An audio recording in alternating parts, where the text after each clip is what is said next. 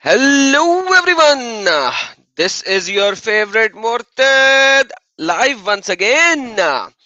And once again today we are going to do part 2 of our lovely live stream that we started last Saturday, the development of Sharia law and the influence of Talmud. And our chief guest is none other than Lloyd.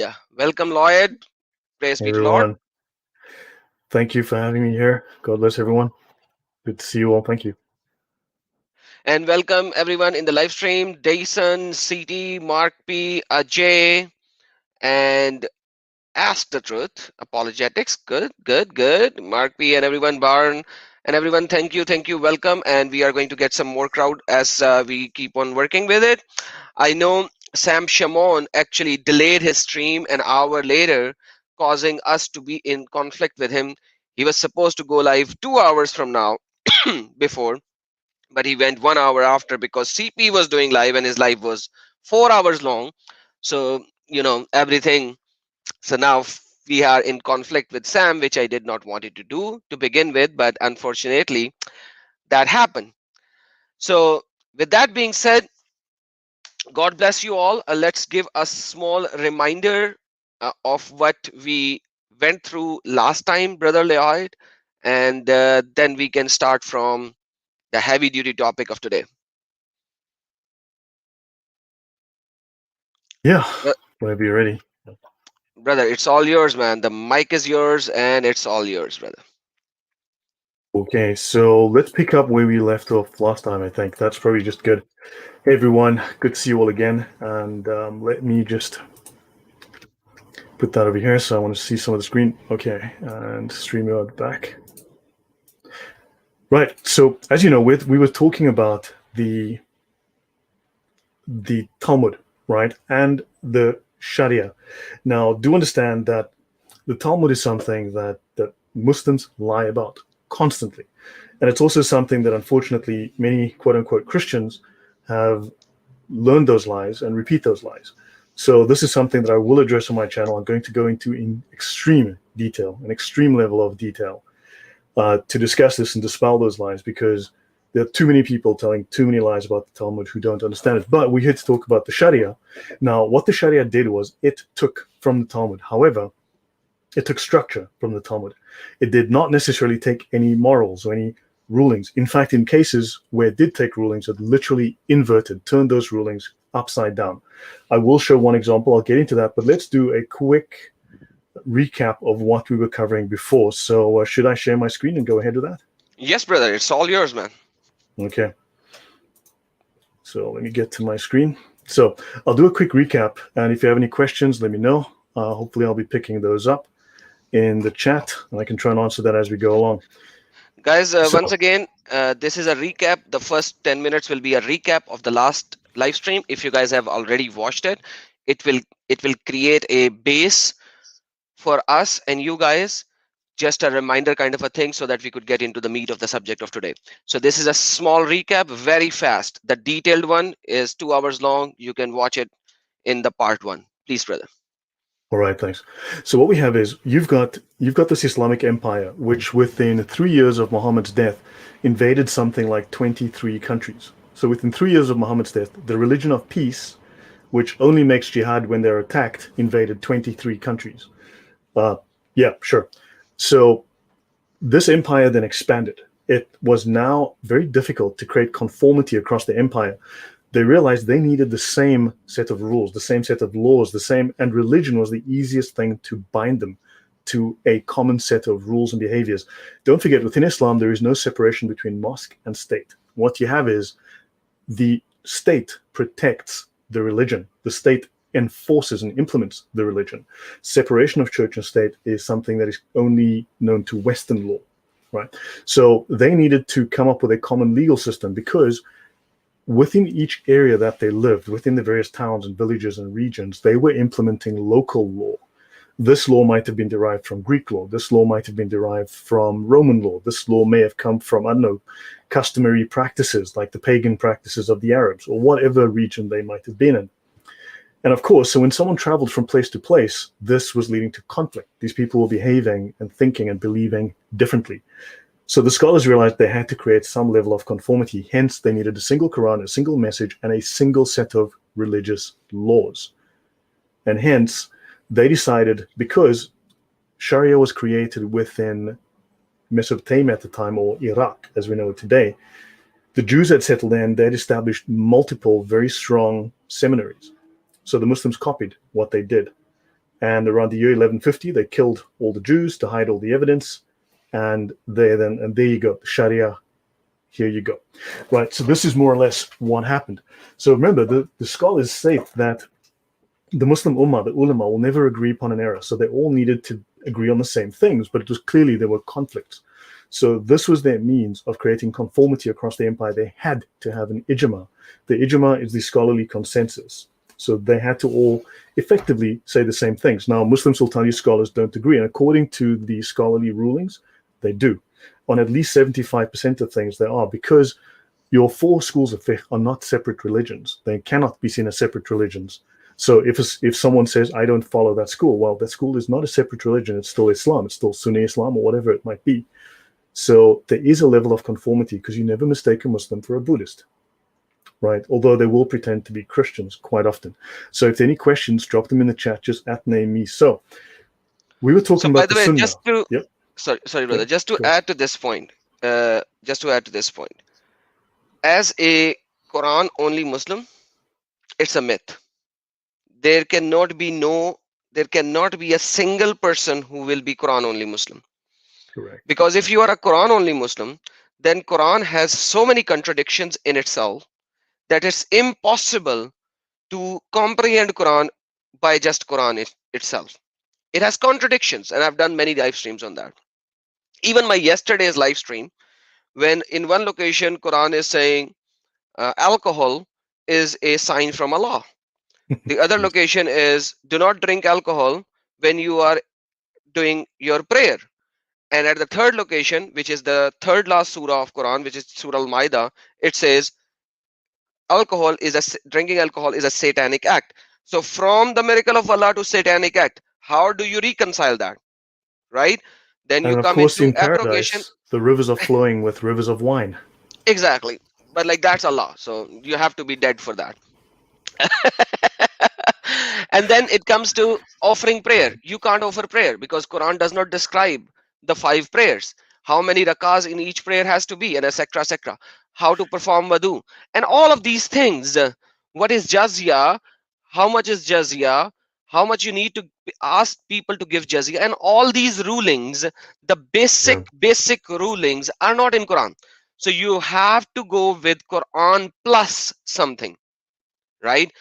They say it is Quran plus the Sunnah, because Quran also says that, like I've shown last time as well, you obey your prophet and you have obeyed Allah. So to obey Allah, you have to obey prophet. So hence you have to go by the Sunnah as well.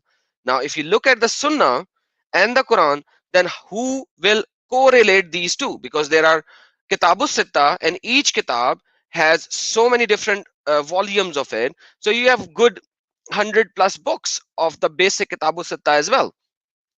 So some people devoted their lives to correlate these things 300 years after the death of Muhammad, where you do not even have the first Quran until then, you do not even have the Hadith books until then, and they got that and then they recollaborated it and created these Sharia, which are the essential laws to live your life, whether you are the governor or you are a person living under that governance. That's what Lloyd has given you in more technical terms. Please, Brother Lloyd. All right. Yeah. So we're talking now a little bit about, so I'll just pick up a little bit where I left off. But if there are any questions about some of the past episode, do let me know. So the Sharia is, as I've mentioned before, the Sharia is law for Muslims. It is the perfect law of Allah. It is the example of Muhammad from the Sunnah. It is the clear commands of Allah from the Quran. These have been taken, these have then been collected, and they've been arranged in topics, right? Clear topics into these books. right? And then they've been expanded upon or applied, and the application of these laws, the explanation, the exegesis of these laws is called the fiqh. This is the men applying their intellect to understand what is going on and then saying, okay, how do we apply this example to your life in this situation? That is the fiqh. Just for the sake of ease, we're just going to call everything the Sharia. So understand, I'm not going to necessarily make distinctions between the two. It's just the Sharia. We'll call it Sharia law or Islamic sacred law, whatever makes people feel happier. Okay, because they also just call it Islamic sacred law, but it is perfect. And of course, we will discuss just how perfect this is, because today we're going to see some of these rulings. We're going to go through some of these rulings in depth, and you're going to see. So now the Sharia applies not only to Muslims, it applies to non-Muslims. Muslims are to enforce the Sharia upon non-Muslims. The fundamental doctrine in Islam is called commanding the right and forbidding the wrong. Commanding the right is the Sharia, which must be commanded. And it says to forbid the wrong. Things like Christianity are the wrong, right? We're also going to discuss the official ruling, the official orthodox view of Islam on what Christianity is. We're going to have a look at that. And it's not the same as what Christianity thinks about Islam. It's complete opposite. So Sharia is also one side. It's one half. Sharia is only one half. It's one side of the coin of Islam. The other side is called the Haqiqah. This is exclusively for the major scholars, for the saints of Islam. Those are the Sufi. Because the Sufi occupy the two top levels of the Islamic tier of knowledge, the ulama. The lower level is your normal fiqh scholars, your mujtahids, and then of course the very lowest level are your basic lay Muslims, right? So that's the ibara, the ishara, right? Where your standard mujtahids. That's your good grief. What's our favorite guy? The one that told us about the holes in the narrative? Uh, Yasir Qadi. wow. Yasir Yeah, Qadi, yes. Yasir Qadi. And then, of course, above him and above all the other scholars are the Sufi, right? So they occupy the Lataif and the Haqqaiq levels. The Guys, Haqqaiq is the not. Yep. don't confuse Sufism with this terminology of Sufi as a uh, doctorate level thing. So Sufi Islam, which is like the 19th century Islamic subsect, don't confuse that with this. Okay, FYI, please, brother. Right. So they are the ones who contemplate the nature of God, because the Quran is the will of Allah, right? But it's not the nature of Allah. So they're the ones who seek communion with Allah, whereas everyone else is simply following the rules, right? So they simply are following the rules. And so yeah, so let's step forward. So anyway, we were talking about the Sunnah. So it was Shafi that decided that, look, the rules cannot just be man's invention. We need to have religious law that comes straight out of the Quran and the Sunnah. So what we have is uh, oh, sorry. Ask Truth Apologetics has just corrected me, and I stand corrected. He says that I've made a mistake. The highest level of scholars in Islam are the YouTube commenters. I, Ah, he is okay, yes. correct. He is correct. I stand corrected. I'm Yeah, sorry. that's the 21st century thing. By the way, you actually mentioned forbidding the wrong and enjoying the right. This is the Come on, basic yeah. terminology, which is called al-amr bil ma'ruf wa nahi anil munkar. Al-amr bil ma'ruf wa nahi anil munkar. And in a Muslim country, this statement has been stated almost every day.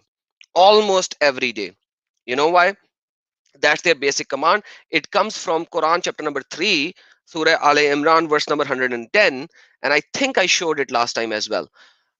So that you are the best community. Let me show that, please, brothers. You can leave your screen here. I will do the Okay. rest. I was about to All bring right. it up, but it's fine. Yeah. So this is 3:1:110. You are the best community ever raised for humanity. So imagine that. This is how Allah describes, so that you could, you know, get fascinated by you. You encourage good and forbid evil, and believe in Allah.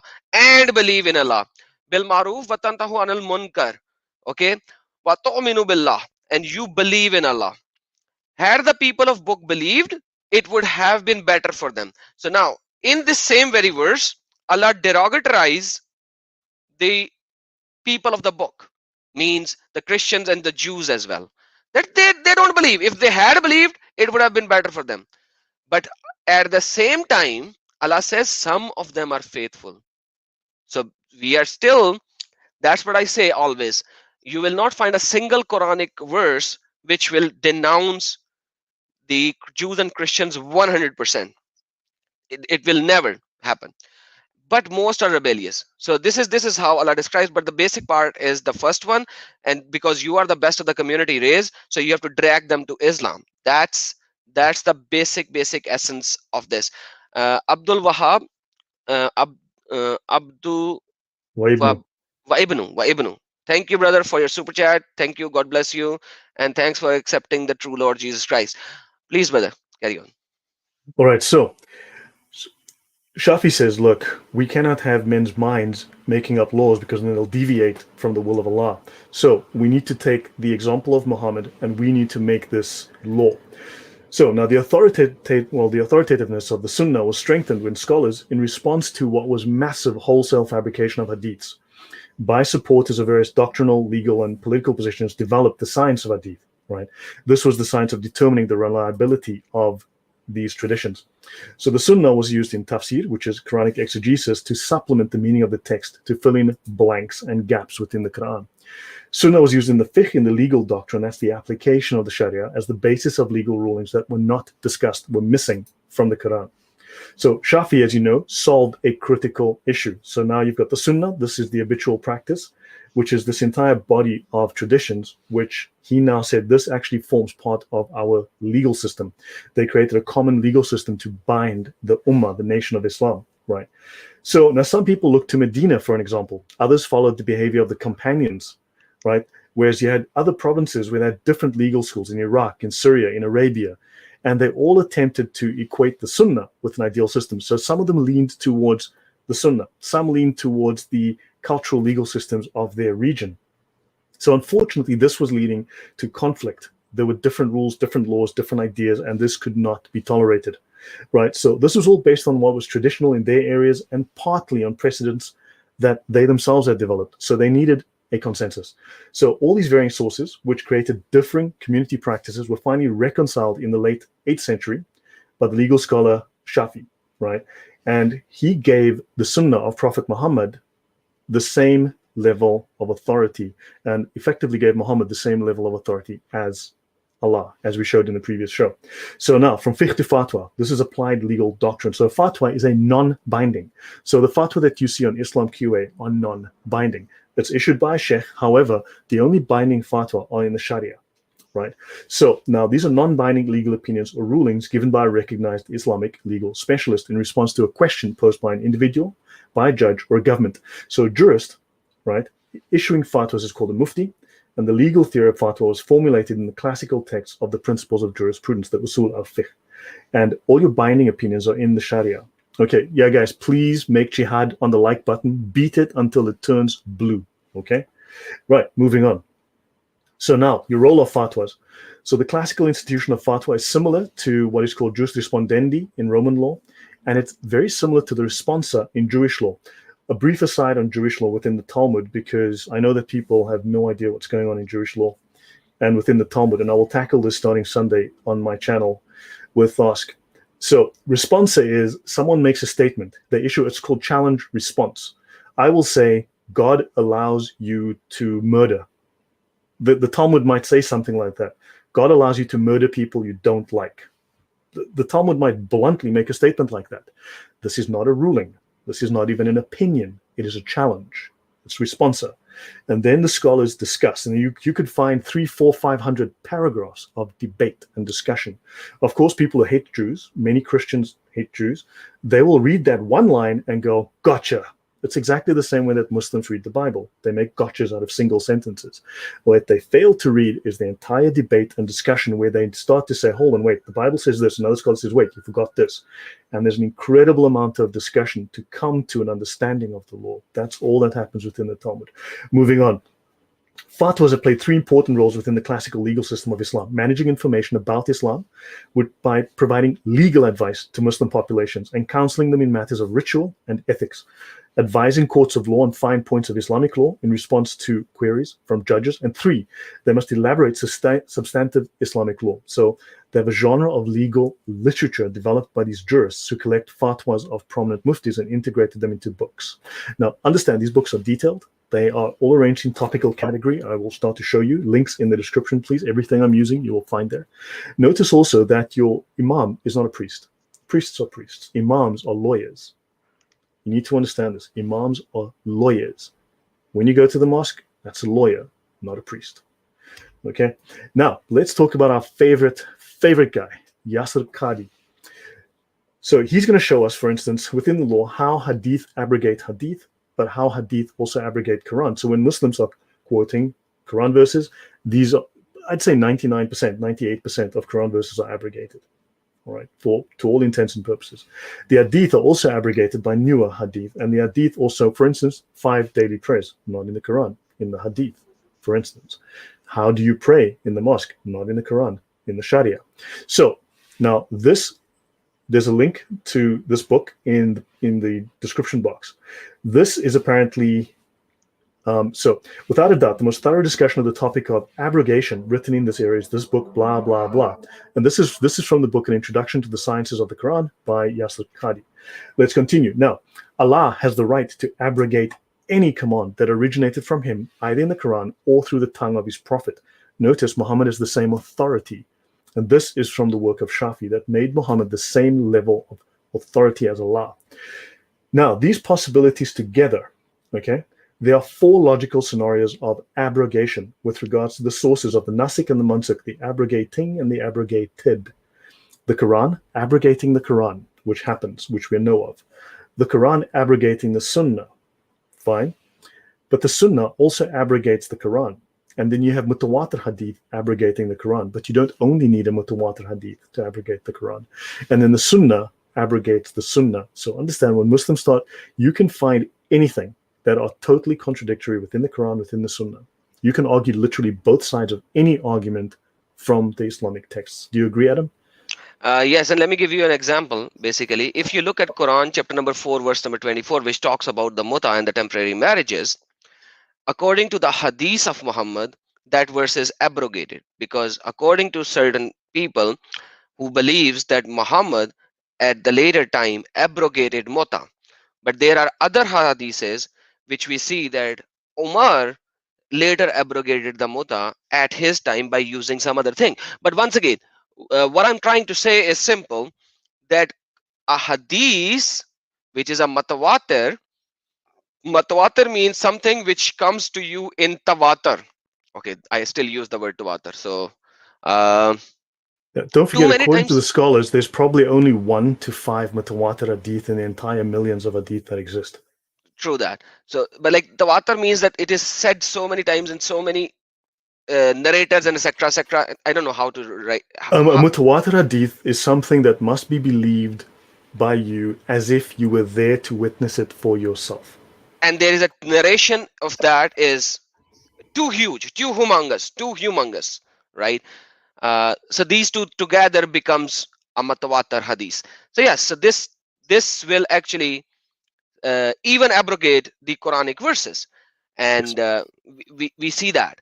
At the same time, look, Quran actually talks about the timings of offering prayer, and it gives you only 3 timings to offer prayer, whereas a Muslim Sunni prayers offer 5 times a day, and they have different timings to offer different prayers.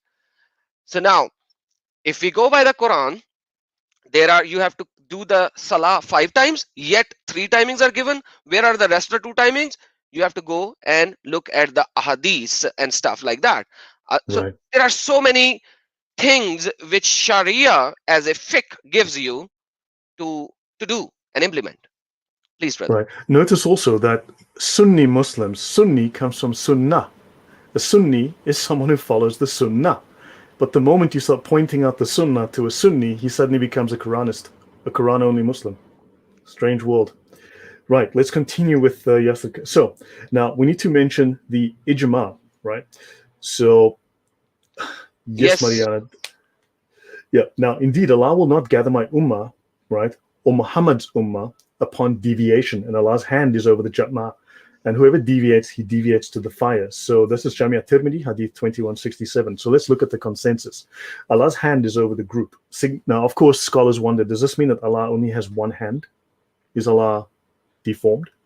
So signifying that the collectivity of the people of Islam are in Allah's fold. So be also in Allah's shelter in the midst of them, and do not separate yourselves. In other words, collect as a group, Do not separate yourselves from the consensus of the collective of Muslims. This is from the world's most popular Sharia manual, The Reliance of the Traveler, the Umdat al-Salik. Whoever dissents from the ijma of the scholars departs to hell. Any sudden Quranic Muslim, he is going straight to hell. Meaning that whoever diverges from the overwhelming majority concerning what is lawful or unlawful, on which the community does not differ, has slipped off the path of guidance, and this will lead him to hell. This is the formal ruling from the Sharia, from the law of Allah, on what happens if a Muslim does not follow the Sunnah and does not follow the Sharia. So, B 7.6. Other than the four Sunni schools of jurisprudence, okay, the others do not necessarily play a role in scholarly consensus. So only the four schools count, right? Hanbali, Hanafi, Maliki, and Shafi. That there is a scholarly consensus on it being unlawful to follow rulings from schools other than those of the four imams. We've discussed this before, but I need to reiterate. Yeah, It go is back. otherwise. Sorry, Please go yes? back. So this is the Sunni Islam. Because if you Yes. go to the Shia Islam, then you will have to accept Imam Jafar as-Sadiq. So, Sunni Islam does accept Jafari jurisprudence. but not It is to accepted. full extent. Not to full extent. They True, just but in take terms some. of, but for instance, if you go to Al Azhar, they do accept it as a legitimate school of jurisprudence. Exactly. But anything that just to add to the viewers, anything that goes against these four schools, they reject it from Jafar. So yeah, so that is why they don't accept. So because you were talking about these four only, so I wanted to bring it into Mm, the equation as well, because if a Shia is listening, he'll be like, no, that's not Islam. Yes, so Imam Jafar Sadiq is taken into account, but wherever he contradicts or states anything different than these four, they reject it. Please, brother. right. Thank you. Yeah, thank you for pointing that out. I appreciate that. I learned from you as well. This is useful for me. So the scholars, the four scholars, the four imams. Now these are the mujtahid mutlaq, the absolute scholars, the absolute masters, the absolute experts. That is what their title is. These scholars have achieved safety from textual corruption and have been able to discern the genuine from the poorly authenticated. So anything that they say is sahih, okay, or shall we say mutawatir. So on the consensus, the proof of the legal authority of scholarly consensus is that just as Allah ordered the believers in the Quran to obey him and Muhammad, so too Allah has obeyed the Muslims to obey those of authority, the ulu al-amr, among them, saying, O you who believe, obey Allah and obey the Prophet and those of authority among you. By implication, and but they actually do state it explicitly, these scholars have inherited the authority from Muhammad, and they are to be followed as if they were speaking with his authority. Don't forget, the Quran is abrogated, the Hadith are abrogated, but the Sharia of the scholars, the Ijma, cannot be abrogated. And yes, Adam? that's a very, very important point over here. Quran chapter number 4, verse number 59 is hugely important because it gives the authority to the ijma. It gives the authority to the ijma. So now you have Allah, Muhammad, and the ijma of the scholars. So that is why without the scholarly consensus, without the tafsir, without the Sharia, without the fiqh, there is no Islam, because Quran actually explicitly alludes to it. And that is why I say multiple times that these verses of Quran, which gives authority to these scholars, you will not find it before 300 years. After 300 years of the Muhammad's death, you won't find it. These kind of things are all there, man, because these people needed authority. So that's why you will. So where is the early Yep. Quran which has this? Like none. So that's the problem. And this is so scary. There you go, Quran 459. And those in authority among you. And I've done a stream in that as well. And if you disagree over things, refer it to Allah and Messenger if you believe in Allah. So these people in authority are referring you to Allah and Messenger.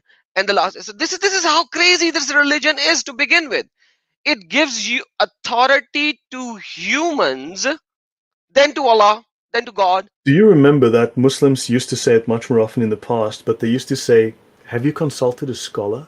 Because Exactly. they are told to consult the scholars.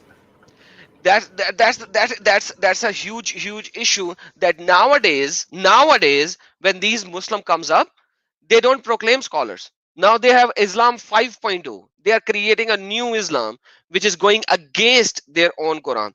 And in the same chapter, in 59, Yeah. chapter number 4, if we go to verse 80, it shifts from here. It says, obey Allah and obey Messenger, right? Now look what's going to happen. He who obeys Messenger has obeyed Allah.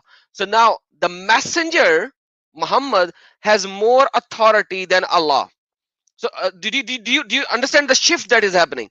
So here, Allah and obey Messenger and obey an authority. Here, suddenly it shifts. He who obeys Messenger has obeyed Allah. Flip. So Muhammad is on the equal level to Allah. So that is why the ahadiths are even abrogating the Quran. So that's you see where these things are moving out. It gets very, very interesting. So hold on, I actually want to show you something. Um, let me see. Just find a reference that.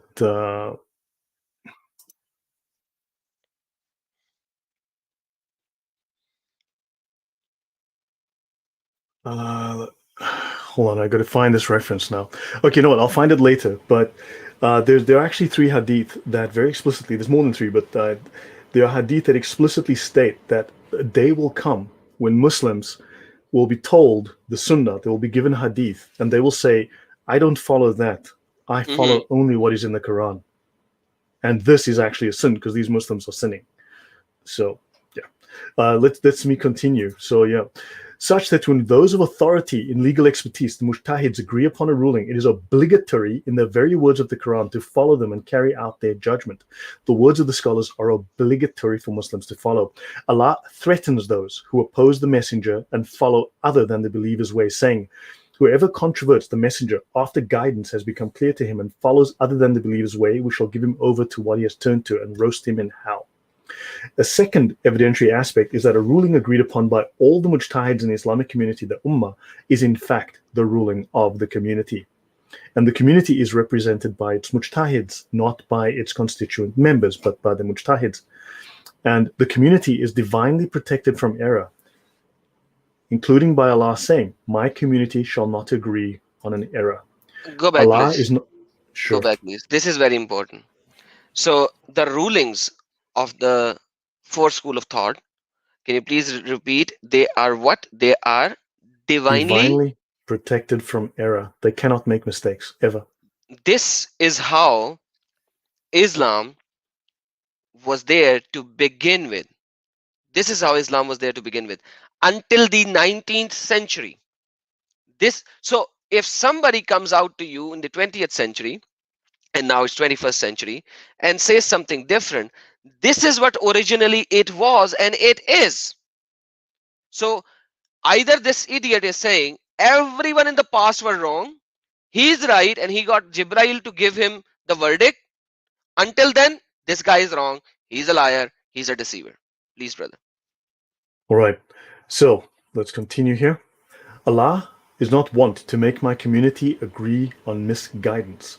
So, in other words, the four schools cannot be misguided. They cannot be wrong. They actually cannot be contradictory, even if they are slightly different, because the things that they disagree upon are things that are not critical to the practice of the religion or to the fundamental beliefs of the religion. They disagree on minor cosmetic issues only, technically speaking. So that which the Muslims consider good, Allah considers good. Notice, though, it doesn't say what Allah considers good, the Muslims consider good. It's what the Muslims have decided. And they have told us that the Muslims are the mujtahids. So what the mujtahids have considered is good, Allah says, no problem, you guys go ahead. Does that make sense to you, Adam? That's what it is, man. Whether it makes sense or not, because remember, you cannot think. You have to obey and you have to submit. So, yeah. Correct. Yeah, I'm not going to go into depth in some of those things. I can do so much more, but I don't want to be a whole night. So another hadith that the scholars quote in connection with the validity. Now notice that the hadith that survived the abrogation are quoted in the Sharia. If you want to know if a verse is still relevant, it's in the Sharia. If you want to know if hadith is still relevant, it's quoted in the Sharia. So the validity of the scholarly consensus is the following. The Prophet said, Allah's hand is over the group, and whoever dissents from them departs to hell. So the Sharia says that obviously the path of the Muslims is clear. There is no contradicting it. There is no discussion with it. There's no debate. So, meaning that whoever diverges from the overwhelming majority concerning what is lawful and what the community does not differ has slipped off the path of guidance, right? And he will be going to hell. So just that's a little bit about the ijma. But now let's look at some of the Hebrew roots, okay, of Islam. I'm not going to do everything. This is not, but for instance, there were Christian merchants that were applying the trade routes of Arabia. So slight change of topic now. So the influence of midrashic and biblical sources has been traced in hundreds of Quranic passages, though discrepancies show that the Prophet had no first-hand knowledge of these texts. In particular, the fundamentals of Islamic faith and right, the religious duties known as the 5 pillars of Islam, have been traced by several scholars to Jewish, biblical, and Talmudic sources. Even the name Islam, meaning wholehearted submission to God, derives from a related Hebrew word used in scriptural and ritual exhortations to serve God wholeheartedly. So even the word Islam is derived ultimately from Hebrew and from Jewish practice. Now, understand, Islam did not copy the moral rulings of the Talmud. It copied the structure. I will get into some of that. I'll show you how they've literally inverted the laws, turned them upside down. So the Quranic Qalb Salim, whole heart, is found in Surahs 26:89, 37:48, 84, and it corresponds to the biblical Labab Salim in 1 Kings and in the Talmudic Modim prayer recited in Jewish worship. Okay, so Jeffrey points out that although the roots Esalim is native to Arabic as to Hebrew, the noun Islam occurs in the Quran for the first time as a technical term borrowed from older religions. It comes from Christian Syriac term, meaning, which is Aramaic, devotion to God. Okay, but the Syriac term ultimately comes from the Hebrew salam alaikum, Salam. right? Salam. As used precisely in this context in Jewish scripture and liturgy. So wholehearted acceptance of God. So the Leb Shalem of the psalmist, Muhammad in Islam. So this must be taken as, so the phrase, okay, anyway, but understand, so they are borrowings from, they've certainly stolen. Muhammad had no idea what he was doing, but he took whatever sounded good to him. Also, when people talk about Muhammad borrowed from Christianity, notice how much Gnostic. Now, I hate saying Gnostic Christians because Gnostic Christians are not Christians. They are anti-Christians. They are inversions of Christianity. I need to do shows on that to discuss that, because that is, Gnostic Christianity is completely the inversion. But there are numerous Gnostic scriptures that Muhammad included, Gnostic stories, Gnostic ideas. So there's a lot of correlation. Certainly there's some contradictions where Muhammad altered them, but he stole a great deal from Gnosticism and applied it into Islam. Adam, you have a point to make? I'll just No, give you a moment. you are absolutely correct, and I've done multiple streams on that as well. Like Jesus speaking in the cradle, like the 7 caves, 7 people of the caves. Rather, it doesn't even say 7 because Allah was unaware. The Quranic verse actually says, and there were, some says there were 5 and 1 dog, and some says there were 6 and 1 dog, and some says there were 7 and 1 dog. Mm-hmm. So basically, to begin with, when people asked Allah about this whole situation, hey Prophet, can you tell us about the people of the caves? And that's what happened eventually. He didn't know, so he had to rely on that, and that's what is in Quran. And people of the cave story is running before Muhammad in the Gnostics. So there were so many stories like that. He took them, twisted them. He did. Yeah, well, that's something to discuss one day. So there are linguistic and conceptual parallels between the Quran and what is known as the Jewish Mikra. I'll get into some of these words as we go forward. So these are both divine revelation, and Muslims were living, especially when they invaded Iraq and the Sharia started to get developed, Islamic law was developed.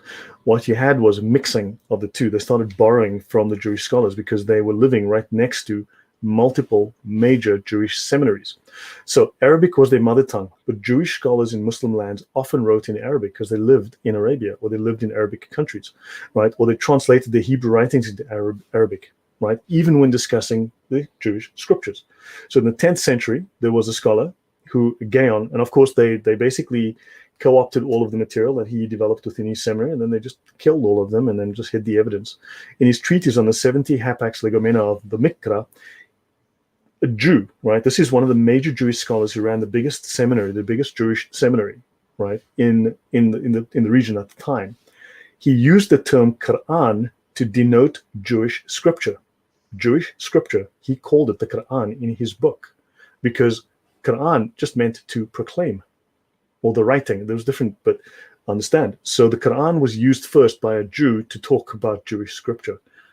So now that you have a link between this Quran and Mikra as the first root of law is seen also in parallel terminology for the two revelations as holy writ. So the Quran frequently calls itself al-Kitab, literally the writing, and it uses the same term in this book to denote the Hebrew scripture. So in fact, but the Quran also utilizes al-Kitab. So they were originally the same. Al-Kitab could mean the Quran, al-Kitab could mean, so which one is the book? When it says al-Kitab, well, do they mean, and we are the people of the book. So, Adam, any thoughts? Brother, you are already demolishing it, but you demolish it with such nice voice that it doesn't seem like demolishing. You have so much information. You just read it through, man. So even the word Quran is taken from the Jewish uh, scriptures, or later on written scriptures, and their proceedings and their laws and stuff like that. So uh, Yeah.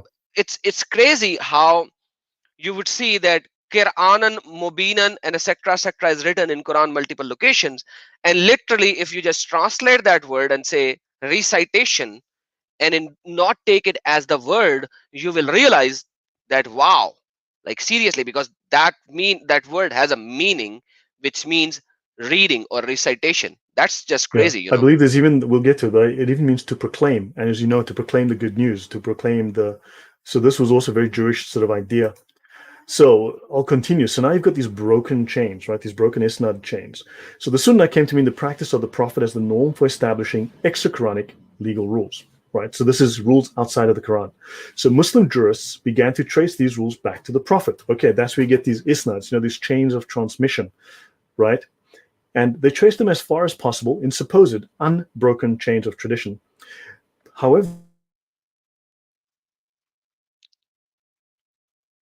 And guys, is it me or Lloyd is disconnected? Somebody is disconnected. Oh, I think it's Lloyd. So I think he can join us back as soon as his internet gets back. So there is a problem on his side because I can hear my voice. Yes, Lloyd is DC for now. So guys, yes, while I'm here, let me show you what I was saying when before Lloyd's come back. Uh, so I was showing this. I was stating about this while Lloyd's can come back. So when, like, imagine Muhammad was such a copycat that he did not even knew that how many people were in the cave. He just heard that story and he proclaimed that story. Now that he proclaimed that story, what happened, was that people asked Muhammad, hey Muhammad, how many people were in the cave? You know, and the verse from the Jibrail came to Muhammad. And imagine how did this verse from the Jibrail came to Muhammad? It says, they, i.e., people, will say there were three, the fourth was being the dog. They will say there were five, the sixth being a dog, guessing at the unseen. And they will say there were seven, and the eight of them was their dog. Say, O Muhammad. Now, say, O Muhammad. Now, Muhammad should say, hey, they were X many, and that was a dog. But you know what Muhammad said? My Lord is most knowing of their number. None knows them except a few. Okay, which few? You idiot. Tell us which few. That was the question. That is the question that we are asking. Which few? So do not argue except the obvious of argument. So this is how stupidly copy pasted Muhammad was, that he didn't even know what he was saying. This is how stupidity it is when he was copy pasting. And I think Lloyd is back. Brother Lloyd is back. Let me add him I to the have stream. no Hey, Brother Lloyd. idea. Yeah, my apologies, guys. And yes, Allah knows best. No worries, brother. So I was showing the issue in the copy paste that Muhammad didn't even know the numbers. He didn't even proclaim the numbers because he just heard it from XYZ guy, and then he said it, and then people said, okay, how many people were in the cave? And that's what happened. Right, right. Yeah, so sorry about that, guys. Yeah, system hung. I just had to reboot. No worries, I brother. have no idea. It looks like someone doesn't want us to do these streams at. Oh, that's Jibrail maybe, brother. The Jibrail of Allah. That is possible. I Good grief. Okay, so anyway, I'm back, and sorry about that, folks. No worries. Let me So just this go is the back to my. seven sleepers of Ephesus, if you guys already know that. So this story was running way before Muhammad.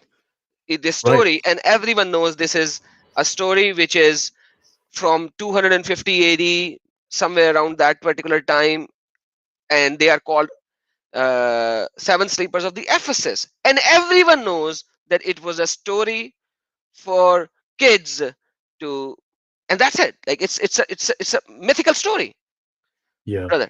Carry on. Folktales. Yeah. Sorry. So this is where I crashed. So now these isna, these change of transmission that Muslims use. In other words, the system of broken telephone. I mean, that's a game that doesn't work. So they copied this from the Jews. So this was precisely what Talmudic sages had done with the Jewish oral law. The second century editors of the Mishnah had made a point of including a blanket chain of tradition all the way back to Moses. Pardon me. So the Jews had basically made chains of transmission back to their sources. And the Mujtahid said, well, hey, this is a great idea. Let's do the same. Let's just make it up as we go along. As I showed in the first video we did, the first session that we did, the scholars, Western scholars have studied this, said that most of these chains of transmissions are totally fabricated. Anyone could make them.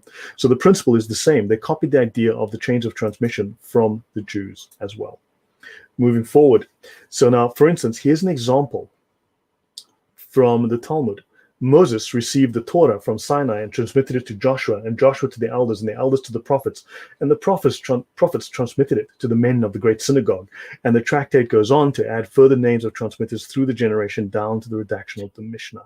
So this this concept was already there with the Jews, and they simply just borrowed it and said, hey, this is a great idea. Let's do the same thing. So Let's do the now copy moving. paste in the chain of narration. Yes, yes, yes, same thing. Because hey, it was good for the Jews, right? And they want, remember, they believe that they are the descendants of Abraham, that they are the replacement. I will talk about the Orthodox view of the replacement of Christianity by Islam, right? And of Judaism by Islam, and you'll see why they were doing this. So the Talmudic influence on Sharia, so little attention has been paid to relationship between Islamic and Jewish law. So they have a certain shared religious framework. There are certain ideas, and there's a certain theocratic approach. Don't forget, however, Judaic law has changed significantly. In fact, it adapted and changed continuously. Sharia is eternal. It can never change. Once a ruling's been made, it can never change. It will never change because these are the rulings of Allah and Muhammad. The fiqh can adapt, certainly. For instance, traffic fines. What speeds do you decide? Allah didn't make any rulings on that. Cell phones. Allah didn't make any rulings on that. Understand? So there will be adaptations made, but the Sharia can never change. The Jewish law does change. Anyway, so you've got a So just separation of to add church. to this point, some people actually says that Sharia is the word of humans and hence it can change, and they proclaim it to our Christian brothers and sisters. So brothers and sisters, please understand, when they are talking about Sharia can change, they are talking when they add the Sharia and the fiqh together and proclaim it as one word. And Mhm. that's why they actually say Sharia can change. But if you know that Sharia by itself, the book Sharia book that you actually can buy, it has the ruling of the fiqh in it as well as the Sharia. So Sharia is derived from the Hudud Allah, and the Hudud Allah are transmitted from Quran and the ahadith of Muhammad. They cannot be changed. That's what Lloyd is saying. Sharia, which is written by these four scholars as mujtahideen, it cannot change. The fiqh part in the Sharia book that you read, that can change, and that has constantly been changing because that does not confine to the Hudud Allahs, which is given from the Prophet or by the Quran. So that is why when Lloyd is saying Sharia cannot change, he is not mixing the two. He has already described and explained there is a fiqh part and then there is a Sharia part. Common normal Muslims do not really know the difference between the fiqh and the Sharia. So the Sharia part cannot change. Please, brother. All right. Yeah. Um, Yeah, just give me a second. Let me do something here. No, that's not And I finding think you it. need to change your microphone as well. This microphone has background noise, FYI. Let me fix it. Yeah, sorry. When I rebooted it, let me fix that first before I go on. No worries, all good. So yes, so we are expanding and we are giving you the knowledge, guys, which most of the Muslims don't even know, FYI. Most of the Muslims are unaware of these things, and that is why when they proclaim to you guys, most of them don't even know. But when you talk with Uban Fibn Farouk and this kind of guys, they know this. So they lie. They lie like I don't know what do you call it in America, a white lie, or what is the term for absolute lie in America? It's good grief. Um, no, they're lying. They know this stuff, and it's embarrassing to them. That's why none of them will ever meet me to talk about the Sharia. Let me show you this. The Just Prophet said, "Let." zoom a little, please, brother. Sorry. Yeah. All The right. problem is, let me just make this narrow. I can't make this narrow, so this is as much as I can zoom in. Okay.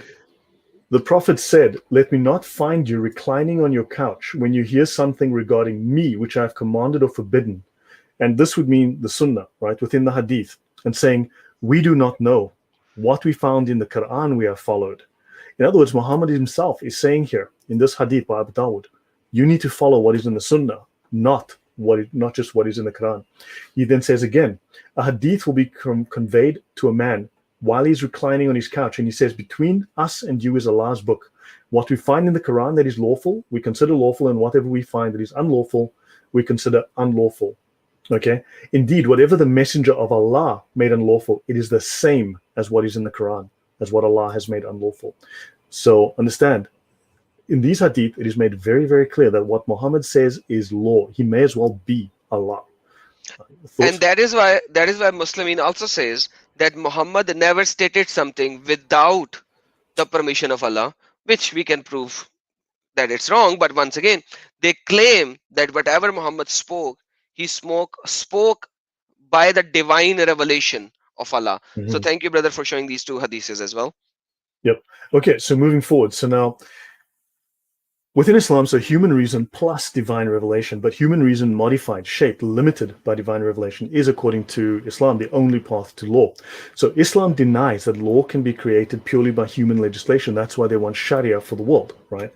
Now, a Western theory of law says, look, human minds can come up with examples. Now, the Talmud was completed around the time of Muhammad's birth. The Quran is not a comprehensive code of law. It is very limited. It has few legal provisions. It has so what you had was indigenous law, right? This was in effect in various cities and towns and regions, and they would only not follow it when there was something that was clear in the Quran saying don't do that. Now, Islamic jurisprudence dates to about 100 years after Muslims, so Sharia and fiqh only dates to about a century after Muslims invade Mesopotamia in 637. Of course, as you know, the Iraqis all invaded Saudi. Sorry, no, the Saudis the Muslims just invaded everywhere. They were never invaded. Understand? So when the area was renamed Iraq, right? So scholars concur that Mohammedan jurisprudence originated in Iraq. That's from Shaht Origins, 1950, page 190. So let's have a look. What else can we plagiarize today?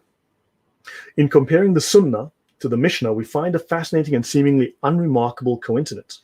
Both systems of oral tradition are known as the six books. So you have the Kitab al-Sitta, the six correct books in Islam, and you have the same within the Talmud. So you have the six orders of the Mishnah, and they are commonly referred to in the Talmud simply as the six orders or the six books.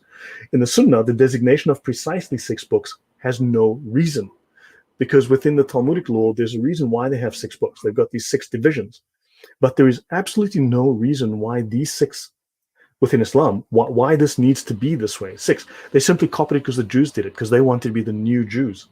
So when you talk about replacement theology, Islam is the ultimate replacement theology. It has replaced Judaism and it Wow. has replaced Christianity. Wow. So now we, Sorry to cut you short. I didn't know sorry, that. I did not know that. I did not know that. So even the Kitabus Sitta, the term, wow, brother, thank you so very much. That's you're welcome. eye-opening. So the Kitabus Sitta is also derived from the Jewish tradition of the six books. Yes. Amazing, man. Copy Amazing. paste Please. religion, right? Oh, yes. Copy paste. So Man, yeah. crazy. Yeah, so there were at least a dozen early collections of hadith. Now, understand, there are hadith collections you and I have never heard of. Let me be clear, there are hadith collections we have never heard of. There's one very famous one that is used extensively that has barely been translated, the Kanz al-Ummal, right?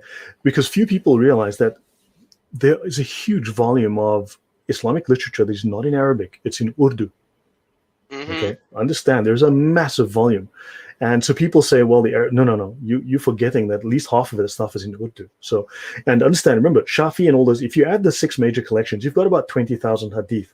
Don't forget, between those six first authors, they distilled about 2 million hadith to make 20,000. So roughly 1% of the hadith were considered authentic. 99%, Were nine, thrown in the two, garbage. yeah, 1,980,000 were considered false. That is crazy. They say, look, oh, Matthew says the sun rose at 4, and the other one says the sun rose at 4:15. Oh, these gospels are fake because look, they're contradictory. Well, literally 99% of the hadith are considered false, but Islam is legit, buddy, legit. So No, it's legit, not. man. Stupid. Okay. So moving on, Iraq again. So there's the insistence on restricting the number six. Okay, this insistence on restricting the number to six books is found only in Eastern and not Western Islam. You're looking at Iraqi Islam, not Saudi Islam at the time, right? So in precisely the geographic region where 9th century Muslims were most likely to know about the Jewish Mishnah, because they were sitting right next to these major Jewish scholarly schools, there you've got this division into six books. Now, the scholar Goldziher rejects parallels between the Mishnah and Sunnah. Okay, and he calls this fable, but provides no reason. So that, okay, let's skip that. That's not important now. So I want to go into a couple of things. I want to talk about a couple of Islamic rulings so you can see this is the law of remarriage. Okay, we're going to look at the Torah versus the Sharia, the Jewish law versus the Sharia. So it says here in the laws of marriage of Islam, the divorced wife is only remarried after another marriage. So if there's an irrevocable divorce, 3 talaqs, you've now irrevocably divorced her, she must marry another man and she has to have sex with him. Okay, he has to, okay, only then he must divorce her, and then she can go back to her previous husband. When a free man has pronounced the threefold divorce, the divorced wife is unlawful for him to remarry until she has married another husband in a valid marriage and the new husband has copulated with her, which at Uh, minimum means that the head of his penis fully enters her vagina. yes. So for that, I have a video done long time ago. Yeah. This is called halala marriage, or the person who does this marriage is called. I'm shared the link. I Is do need to called let you know that the person that does this to the woman could be a boy who's 9 years old. It's legal. exactly In because fact, that's the he could be age. younger than 9. He could be younger, As long but it as is his penis is as standable. long as he can get it up and get it Yes. in, he Yes. can do this for her, even if he's a minor. Understand Exactly. this? Exactly. Because like there is nothing called minor. As long as he has the thing standing and he can taste the juice of the woman, that's how Yep. Yeah. Muhammad described it. That's in the Hedaya, Volume 1. It's disgusting. Yeah, it's in hadiths as well. I have shown that. I It's in have the given the Sharia. hadiths. Yeah. It's in the Sharia. Yep. Oh, and it's in the hadiths. Sharia, as like I said, Sharia is always taken from the hadiths and Quran. As long as he can taste the juice of the woman, he can. So now what I'm saying is that the this is the link you can go and forward, but this actually goes against Deuteronomy chapter number 24. I was about to get to that, so let me Please, go brother. there quickly. So now, if you look at Deuteronomy chapter 24, a man takes a wife and possesses her. She fails to please him because he finds something obnoxious, and he writes her a bill of divorcement, hands it to her, and sends her away. She leaves his house and becomes the wife of another man. Then this man rejects her, gives her a divorce. The first husband who divorced her shall not take her to wife again, since she has been defiled, for that would be abhorrent to the Lord. You must not bring sin upon the land. This is the Jewish law. Now, of course, too many Christians, and I need to now emphasize this again, claim that Islam is disgusting. Yes, whatever, but so is the Talmud. This is the Talmudic law. If you have another one, please show it to me. I'd love to see it. Give me a clear reference. But this is the Jewish law. This is the exact opposite. Yes, it is the And exact opposite, and it is very bad. And by the way, Murtad ex-Muslim, it's called muhallal. The person who does that is called muhallal. The marriage is called halala marriage, and muhallal and halala marriage. So you can watch the live stream that I've done. I've shared the link in the live chat. And yes, it's absolutely opposite to the Talmudic law and to the, because it is in the Quran, Surah An-Nisa. It is in the Quran, Surah An-Nisa, that if you divorce a woman, she has to have effing tinkah zawja. He has to do the effing eh, after marriage to another person. And the hadiths are so clear that the person has to taste the juice of mhm. the other woman. That's like this juice. Imagine juice. The word is used juice or honey. That's how derogatorily it has been written. And I've shared the link to go in details. Please, brother. Right, moving on. Right, so now I want to. Sorry, let me just fix this slide. My bad. I like Sorry, this let me. car, man. Can I have it? Sorry. No worries. So, The car was this, good, the man. car. Oh, this is what I owned when I lived in Dubai. Oh, That was you that was that fancy was man. Oh, that was many years ago. Unfortunately, I'm not in the same position today. So now let's talk Talmud versus Sharia. Refer to notes. Okay. So anywho, now let's have a look at some similarities. Okay. The Torah is known as the written law. It is also referred to by the Jews as the Qur'an. Now the Quran was also known as the Qur'an, meaning to proclaim. The Korah, the Qur'an. Do I need to say Mm-hmm. anything, Adam? No, no. Now the Jewish law is interpreted and expanded in the Talmud. Okay. Now, of course, Islamic law is interpreted and expanded in the Sharia. Now you've got the oral tradition, the Mishnah, which was also known as the Sunnah, and of course you've got the Islamic law known as the Sunnah. Sunnah. Sunnah Sunnah, versus Sunnah. Sunnah. Just a sheer coincidence, right? Just a coincidence, I'm Uh, sure. really? You've got the 6 books, okay? And you've got the 6 books, right? Then you've got the Hadith. Now, the S of the Jewish language, the Hebrew, is Arabized to ta in Arabic. So you have the Hiduth or the Hadath, right? Hidus, Hadath, which became Hadith Because there is in no Arabic. S sound in Arabic. There is no sa in Arabic. Yeah.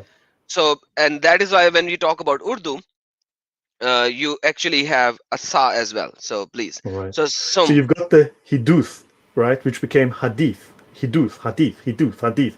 No similarity whatsoever. Absolutely no similarities. Then you've got the Hakol, which is known as the Ijma, the consensus, right? Then you've got the Hekesh, which is the Qiyas. Then you've got the Halacha, the legal doctrine, the law of the Jews, right? The Jewish law, right? Then you, of course, this is called the Fiqh in Islam, but you have a Halakha. So you've got the Halakha, the Halakha. legal doctrine, and then you've got the Halakha in Arabic, which is the place of legal education. Man, Sheer is there coincidence. anything they did not copy? Very little they didn't copy. You've got the Midrash, which we know as the Tafsir. Then you've got the Baraita, which is, I think we know as the Asbab al-Nuzul, Asbabul right? Nuzul, because Story. the stories. So every Quranic verse has a story behind it. So Asbabul Nuzul means reasoning of the verse to come down. So you will have the story for the verses, and that's what Bitrash. Please pronounce the word. Right. So you've got Baraita. Baraita. Baraita. That's what Baraita is. The stories behind the revelations or Yep. Then scripture. we Sorry. have the Tosefta, right? Which we would know, I think in Islam is called the Shar. These are additional commentaries on the Tafsir. Exactly, because there are tafsirs over tafsirs. So Right. that's get it. And in fact, there are tafsirs over tafsirs over tafsirs over tafsir. But yeah. But anyway, then of course, it doesn't stop there. Let's continue. Then the word halal. Let's look at the Jewish word halal. A halal in Leviticus is a priest that is disqualified from the priesthood, one who is not pure and therefore cannot be a priest. That's what halal is in the Jewish law. Mm-hmm. So halal is pure in Islam, but it's impure in Judaism. It's Oh, the exact that's a opposite. flipping. Yeah, that's a flipping. Yes, it's the exact opposite. Halal. So it Interesting. means you're in. Yeah. So these are just things that are understand. So halal in Jewish law is they shall be holy to their God and not profane the name of God, for they offer the Lord's offerings by fire, the food of their God, and they must be holy. Which means in Islam it's the exact inversion. And also a priest shall not marry a woman defiled by harlotry, nor shall they marry one divorced from a husband, for they are holy. Their wives must be pure. But that's a story for another day. I need to get But into like that. that's what Muhammad said. Why did you not marry a virgin so that you could have fun with her? That's Yes, a but he hadith, was man. talking. Yeah, I know, but that's a story for another day. I need to do some stories on. I need to do shows on my channel about the Talmud, about people's misconceptions, because man, they've got that thing so wrong. I know a lot of you think I'm wrong, but seriously, I'm going to embarrass a lot of you once I get to that, because you have no idea what you're talking about. Right now, some basic Sharia doctrines. Let's start getting into actual some rulings, some meat again. Two major doctrines within Islam. You have in Islam, you've got extremists and moderates. No, you don't. Moderates can become extremists when instructed to do so. You When actually have required. when required, yes, and there are rules. There are very clear rules about it. So you have azma and rukhsa. Rukhsa is basically many words: dispensation, relaxation, right? Azima is strictness, doing the thing as it must be done. So those crazies who yell Allahu Akbar and start stabbing people on bridges, they are proper Muslims following the doctrine of azima, following Islam correctly, right? Those who are not doing that are simply following the doctrine of rukhsa. Both of them are receiving reward from Allah because both are following Islamic doctrine correctly. The others are just slightly weaker, right? However, they may be required under Islamic law to flip and follow azima. So these are legal terms, and they refer respectively to the application of a commandment in Islamic law in its original force and to its replacement with a less severe alternative in cases of need. Okay, so Mm-hmm. rukhsa means facilitation or alleviation. It's a technical term, and it's a special dispensation which allows you not, in other words, you can break literally every single law in Islam because you're allowed to. Okay, You, so yeah. yes. Because let me tell you why. Because if you do not do that, then Muhammad was a false prophet to begin with. Because when he was in Makkah and have not migrated into Medina, and the verses of sword was not revealed, then he was a liar and a kazab. But so they have to defend that by saying when you are under some other ruler, you can lie and deceive and break any law. So let me tell you in essence, even the sheikh under certain pressure, he will drink alcohol with you. He will even drink alcohol with you, and he might even eat pork with you. They can break any law they want Mhm. because it is required at that particular time and it's no sin upon him. Please, brother. So there are no absolutes in Islam, and in fact, the practice there's a specific doctrine called hiyal. The granddaddy of lying in Islam, the granddaddy of deception, is a legal practice called hiyal. It is technically it's known as legal trickery. It is the basis. So rukhsa is fundamental to the permission to deceive within Islam, to violate every law for advancement of Islam. But the specific doctrine, the practice that is the granddaddy of all forms of deception in Islam is called hiyal, Hiyal. That's the plural. You have hila as singular. Hiyal allows you, it's the skill, it's a knowledge set. It was refined by the year 805. The first books on it had already been written and published, and there's about 800 techniques that they teach, which explain exactly how you can break any oath, any promise, any contract, right? So that Because you Muhammad violate. al Yep, sorry, yep. brother.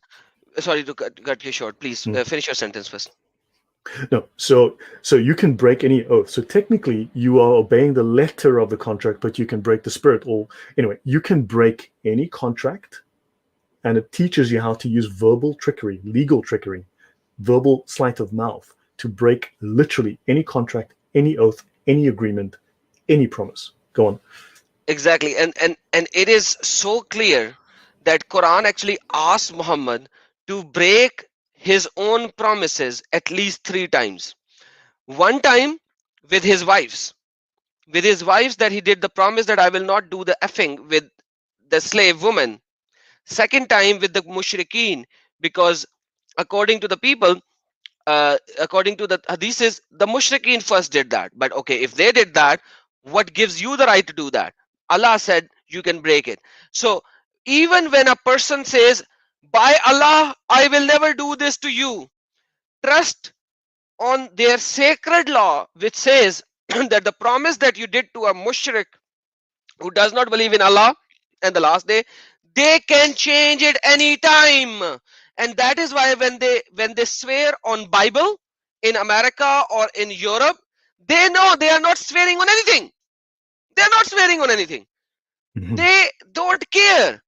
So that is why they swear on the Bible in the America and Europe and say, okay, we will be faithful to this country, and then they do that boom boom.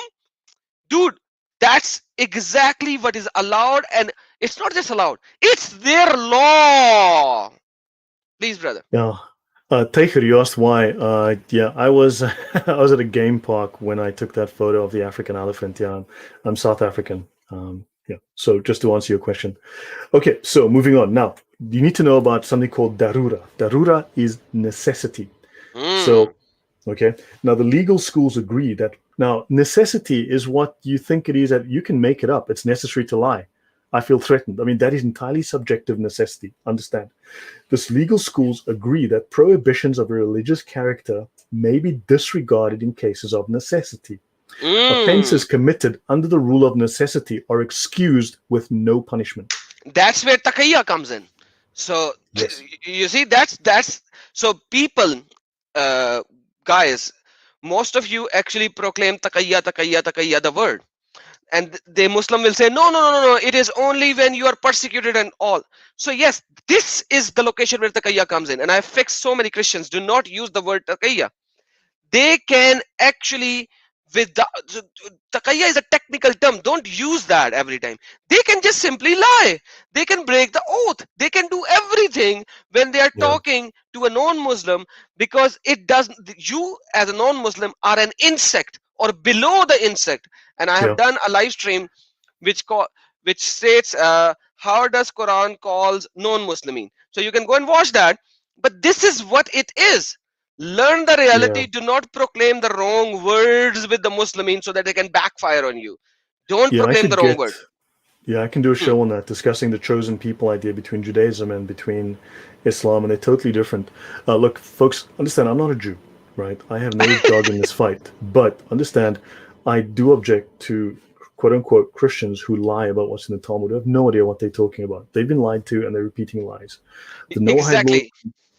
I'm going to do a show on the Noahide laws on Sunday. It is far more detailed than you know. Understand? So yeah, I mean, feel free, but for those of you who've been lying, understand I'm going to be doing the very same in far more detail on the Talmud.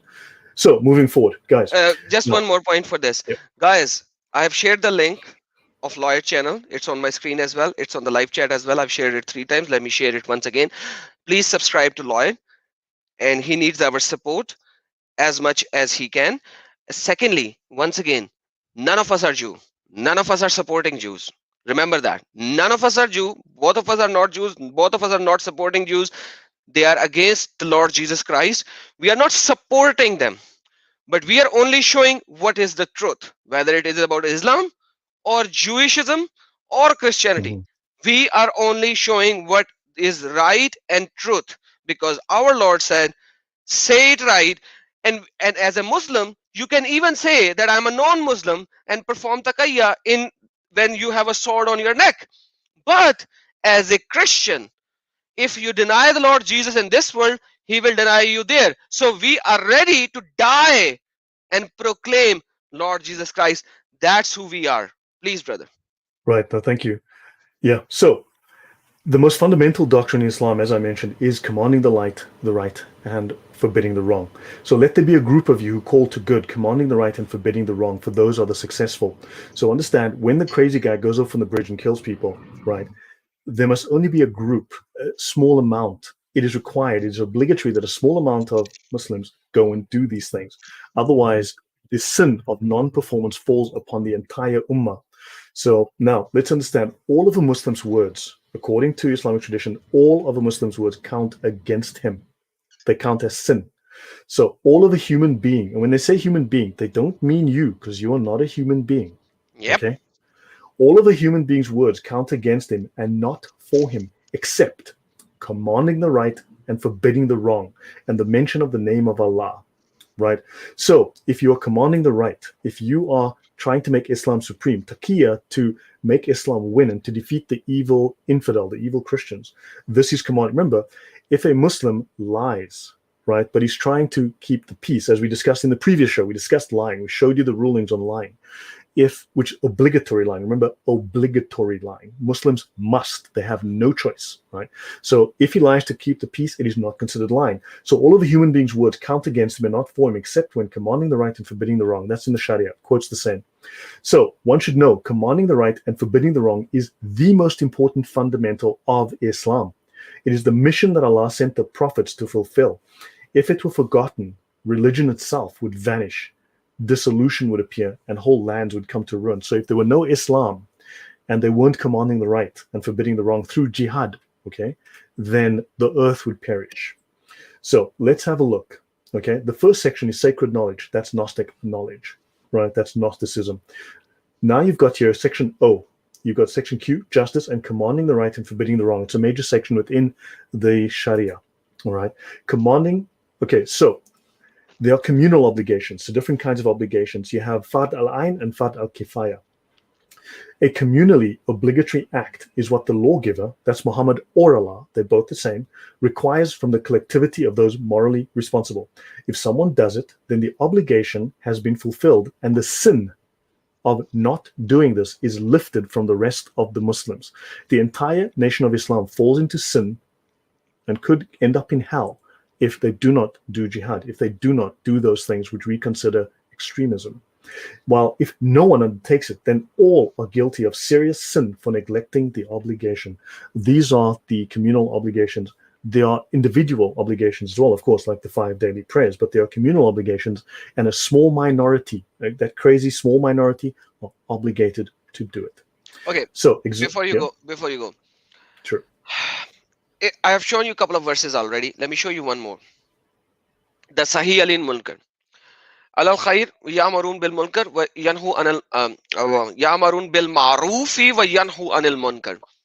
And let there be from you a nation inviting to all good, enjoying what is right and forbidding what is wrong. So this is Quran chapter number 3 verse number 104. Now the problem over here is that, as we have described in our last session, and Lloyd was very clear, and we spent maybe 5 minutes on that, that according to a Muslim, you have no right to think what is right or wrong. What is right and what is wrong? It's written in the Sharia, which is taken from the Ahadith and the Quran. So you cannot think, you have to submit fully and obey, and then you have to spread it. And the Ahadiths are so clear that you have to drag people with chain around their necks and bring them to the Sahih. Okay, and this is Quran, and that's what our brother Lloyd is showing you. Please, brother, you Right. like what I'm saying is that my brother Lloyd over here is not saying anything which is in Sharia, which is cannot be correlated to Quran and Hadith, because Sharia is all about Quran and Hadith. Please, brother. Right. So, commanding the right, forbidding the wrong. So let's have a look at what is this fundamental, the major doctrine, the most important doctrine of Islam. Jihad is a subset of commanding the right and forbidding the wrong. Okay, jihad is a subset of that. Let's have a look. It is a communal obligation, and there are levels of performance. Censure. Censure means, well, you could think of it maybe as punishment, but let's have a look. So there are levels of or degrees of severity in commanding the right. First, you have to know, of course, the wrong act. So you need to go to your school and learn what is right and what is wrong. Remember, the Sharia tells you what's right and wrong, not your moral conscience. 2, you need to explain to the person you're dealing with that something is wrong. Then you must forbid the act verbally. Then Islamic law requires and the Islamic religion requires, you need to censor with harsh words. Now, they explicitly say you have to verbally abuse that person. So when Muslims start to swear and start to shout and start to insult, this is commanded upon them as righteous behavior. It is the correct thing to do. It escalates. The next thing is to right the wrong by hand, which is politely saying, give him some of this. Then intimidation. What's very interesting is that intimidation comes after actual force. First force, then intimidation, whatever. Then Islam requires assault. It's the religion of assault. And then assault means that if you can't do it, get friends. And then if you and your friends can't do it, get weapons. Use arms. This is Islam. Muslims are taught this is the right way. So let's have a look. The Prophet said, if any one of you sees a bad thing, let him prevent it by his hand. Break things. Slap people. If he cannot do it, let him prohibit it by his tongue. And if he cannot do that, let him cherish hatred for it in his mind. This is the weakest faith. So in other words, if you want to be a good Muslim, prevent things with your hand. Do this non-verbally. Hint, hint. So, commanding the right and forbidding the wrong outranks even jihad in reward and in value. From Ghazali in the Ihya Ulum al-Din, which is the most important Islamic scriptural resource after the Quran, the most read and most popular, all good deeds and jihad in the way of Allah are nothing but a puff of breath in the deep sea in comparison with enjoining good and prohibiting evil. So the reliance, and I'll pause here for a moment, the reliance spoke of the weakest degrees of faith, but Ghazali calls it outright jihad. Okay, so the jihads of your hands, you see, the scholars have translated this very politely as do use your hand, but Ghazali, the most important scholar in all of Islam after Muhammad himself, even more so than the four Imams, he calls it the jihad of your hands and the jihad of your tongue and the jihad of your heart. Adam. Yes, so I have done multiple live streams on that because our current US president actually proclaimed this hadith. And he said, if you see an evil, stop it by your, let me see if I can find that right now. Okay. You are already showing it. Okay. This is, so I've done a multiple live streams on that. So if you see an evil, stop it by your hand. If you can't stop it by your hand, stop it by your tongue. And if you can't stop it by your tongue, at least know it by your heart that it is evil. And this is the lowest level of faith. The what's the name of the current US president, brother? I forgot. Biden. Biden. Joe Biden. Yes. So Biden, before he was elected president, he actually proclaimed that without knowing what is the implication of this. This Yeah. is the most significant hadith for jihad. So first of all, by your hand means jihad, physical jihad. By your words mean jihad bil lisan, which is by your tongue. By your heart means is jihad bin nafs, that is jihad of the inner self. So our US President Joe Biden actually proclaimed that without knowing that the word evil is not in the Arabic text. It says whoever is munkar, whoever does not accept Muhammad and Allah, the munkar deen. The Arabic actually does not says evil. The Arabic says whoever is munkar. So now I've done a live stream a couple of times on this subject. You can go and watch it. But that's the basic jihad hadith. That's what my brother Mm, Lloyd is actually telling. Please, brother. yeah. So, yeah, you know the thing, okay? So let's talk about the thing. You know the thing. So there are 5 stages of enjoining good and forbidding evil. So this is how righteousness is expressed through action in Islam. This is how you are righteous and good and please Allah. The first stage gives simple advice. The second stage is to give sermon with sweet words. The third stage is to abuse and mete out harsh treatment. The fourth stage is to apply force and prevent one from doing a sinful act, such as throw wine from its pot, snatch away dresses of silk and stolen articles. And the fifth stage is to assault, beat, and threaten one from doing a sinful act. Assault, beat, and threaten. Religion of warm, very warm, yellow peace. Right, now, let's have a quick look at apostasy. Let's look at some rulings. Apostasy from Islam is called ridda. And it states here in the index, whoever voluntarily leaves Islam is killed. There is no indemnity or expiation. There's no punishment for killing him. And then, of course, they have the objectives of jihad regarding Jews, Christians, and Zoroastrians. Let's continue.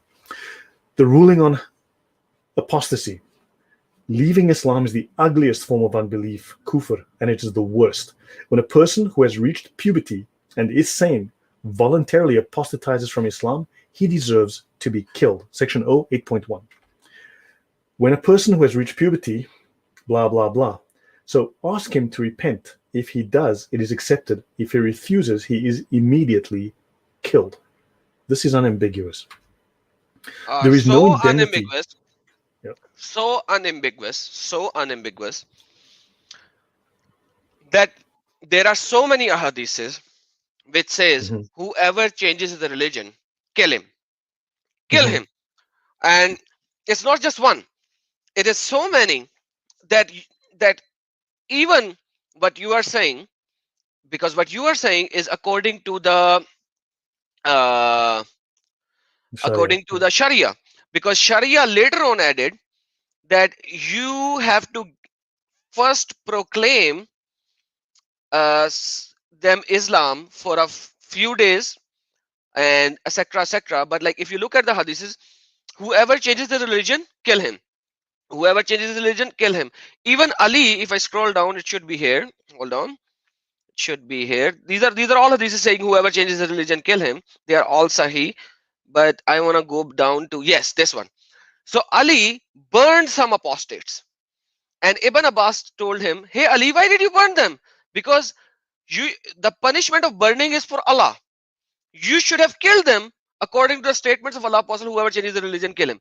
And now this is not enough, because you have to search for man baddal dinu faqtulu, because the thing is that sometimes they translate it as whoever abrogates his religion. So you will actually find more in this if you search the Arabic, because then they sometimes say whoever abrogates or whoever changes. Instead of changes, they will say whoever leaves his religion. So Mhm. you will find even more, and they're all sahih. But later on, these fiqh scholars, the all four school of thoughts, actually added, hey, we cannot just kill them first. We have to first proclaim Islam and give them maybe 3 days or 3 weeks or three That's, months or X amount of days, which is according to these people, not yeah. according to Well, hadiths. that's Please, brother. entirely optional. That's entirely optional to give them time. That's So fiqh. there is, Like I said, yeah. that's fiqh. You see, there is no risk to you. There's no indemnity. You don't have to make an apology for it. There is no monetary compensation because it is killing someone who deserves to die. Right? So this is the official ruling. If you can find me a different one, I'd love to see it. If anyone disagrees, any Muslims in the comments, please show me the correct ruling. All the links to all of these books in the comments. Okay, just check the description box. Sorry, it's there. You can download all of this. Now, what is the ruling on Christianity? Let's have a look. Section W 4.0, the finality of Muhammad's message. This section has been translated to clarify possible confusions among Muslims as to Islam's place among world religions. Previously revealed religions were valid in their own eras, but were abrogated by the universal message of Islam, as is attested by many verses of the Quran. There are erroneous theories, so English-speaking Muslims are occasionally exposed to erroneous theories, wrong theories advanced by some teachers, affirming these religions' validity. Now, this is the story where the Quran affirms the Bible. Understand? According to the Hmm, Sharia, that is crap. Excuse my French. exactly. So understand the Sharia takes precedence over logic, reason, facts, reality. The Sharia sits above all of those. So there are erroneous theories affirming these religions' validity, but denying or not mentioning their abrogation, or that it is unbelief, it is kufr, to hold that the remnant cults, now bearing the names of formerly valid religions such as Christianity or Judaism, are acceptable to Allah. This is a matter over which there is no disagreement among Islamic scholars. Please read again, brother. So, It is kufr, it is unbelief for a Muslim to It hold that is the remnant cults, kufr. It is kufr. It is kufr for Muslimin to think what? that the remnant cults known as formally valid religions as Christianity or Islam are acceptable to Allah. Awesome. So now, guys, please understand this fact. Where are they taking this? They are taking this from Sharia. Please understand what I'm going to say now. Please understand what I'm going to say now. They are taking this from Sharia, and I have done a $1,000 challenge to all the Muslimin to show me one unambiguous verse in Quran where it says the Torah or Injil has been corrupted. They were not able to. $1,000 challenge that I did, and Mhm. I did that for like four weeks. Now, where do they take this from? Sharia. Now, if you proclaim Sharia and they say Sharia is no, Sharia can be changed, and like I told you, Sharia cannot be changed. Fiqh inside the Sharia can be changed. The Sharia cannot be. So if they are accepting this, do you think they do not accept the rest of the part? They do accept it, but they lie. They do Of course. accept it, but they lie. And that is why the book taught in Al Azhar University, the book taught in Al Azhar University in the third year of their course of the fourth year, it calls Bible as something that you can use for istanja. Brother, do you know what istanja is? To wipe your ass. Thank you. Or your front part when you do the pee. So Yeah. so this is what they teach in the most sacred university of Islam, where they Mhm. teach the Sharia as well. So this is why they call Christians and Jews as what? Please read the word again that you highlighted. These are remnant cults. Cults. And then you are telling me they are brothers and sisters, and they want us to be in peace with them. That's a lie. That's a facade. That's a Yeah, screensaver of Microsoft Word. Once you move the mouse, you will see the reality. right. So, so now it says here that if an English-speaking Muslim has a question, he needs to be shown a translation of scholarly Quranic exegesis, tafsir, to explain the accord between the various Quranic verses and their agreement with the Sunnah. So the scholars say here, okay, that if a Muslim, an English-speaking Muslim, isn't sure, someone has to show him a translation of the tafsir, which will explain to him. So suddenly the tafsir now become authoritative, but anytime you quote them, suddenly these things are all daif. Okay. Notice it says finally, Islam is the final religion that Allah will never lessen or abrogate. So all other religions have been abrogated. And in fact, we are what's called Din al-Batil. The Din al-Batil means, so Batil is one of the names of Satan. So we are following the religions of Satan. Al-Batil is also, it is, so you have the Din ul-Haq, which is the religion of truth. But in fact, Haq has a greater meaning than just truth. It is the religion of ultimate reality. It is the ultimate reality, the ultimate fabric of reality, the ultimate foundation of reality. That's Islam. And of course, we are the Din al Batil, we're the false, the void, the irrelevant, the worthless Let me religions. let me add to this. Yeah. So by the way, thank you Babylon for your super chat, brother. God bless you. Thank you. That was a good. That was like awesome. That was a Yeah, really good well, one. nice.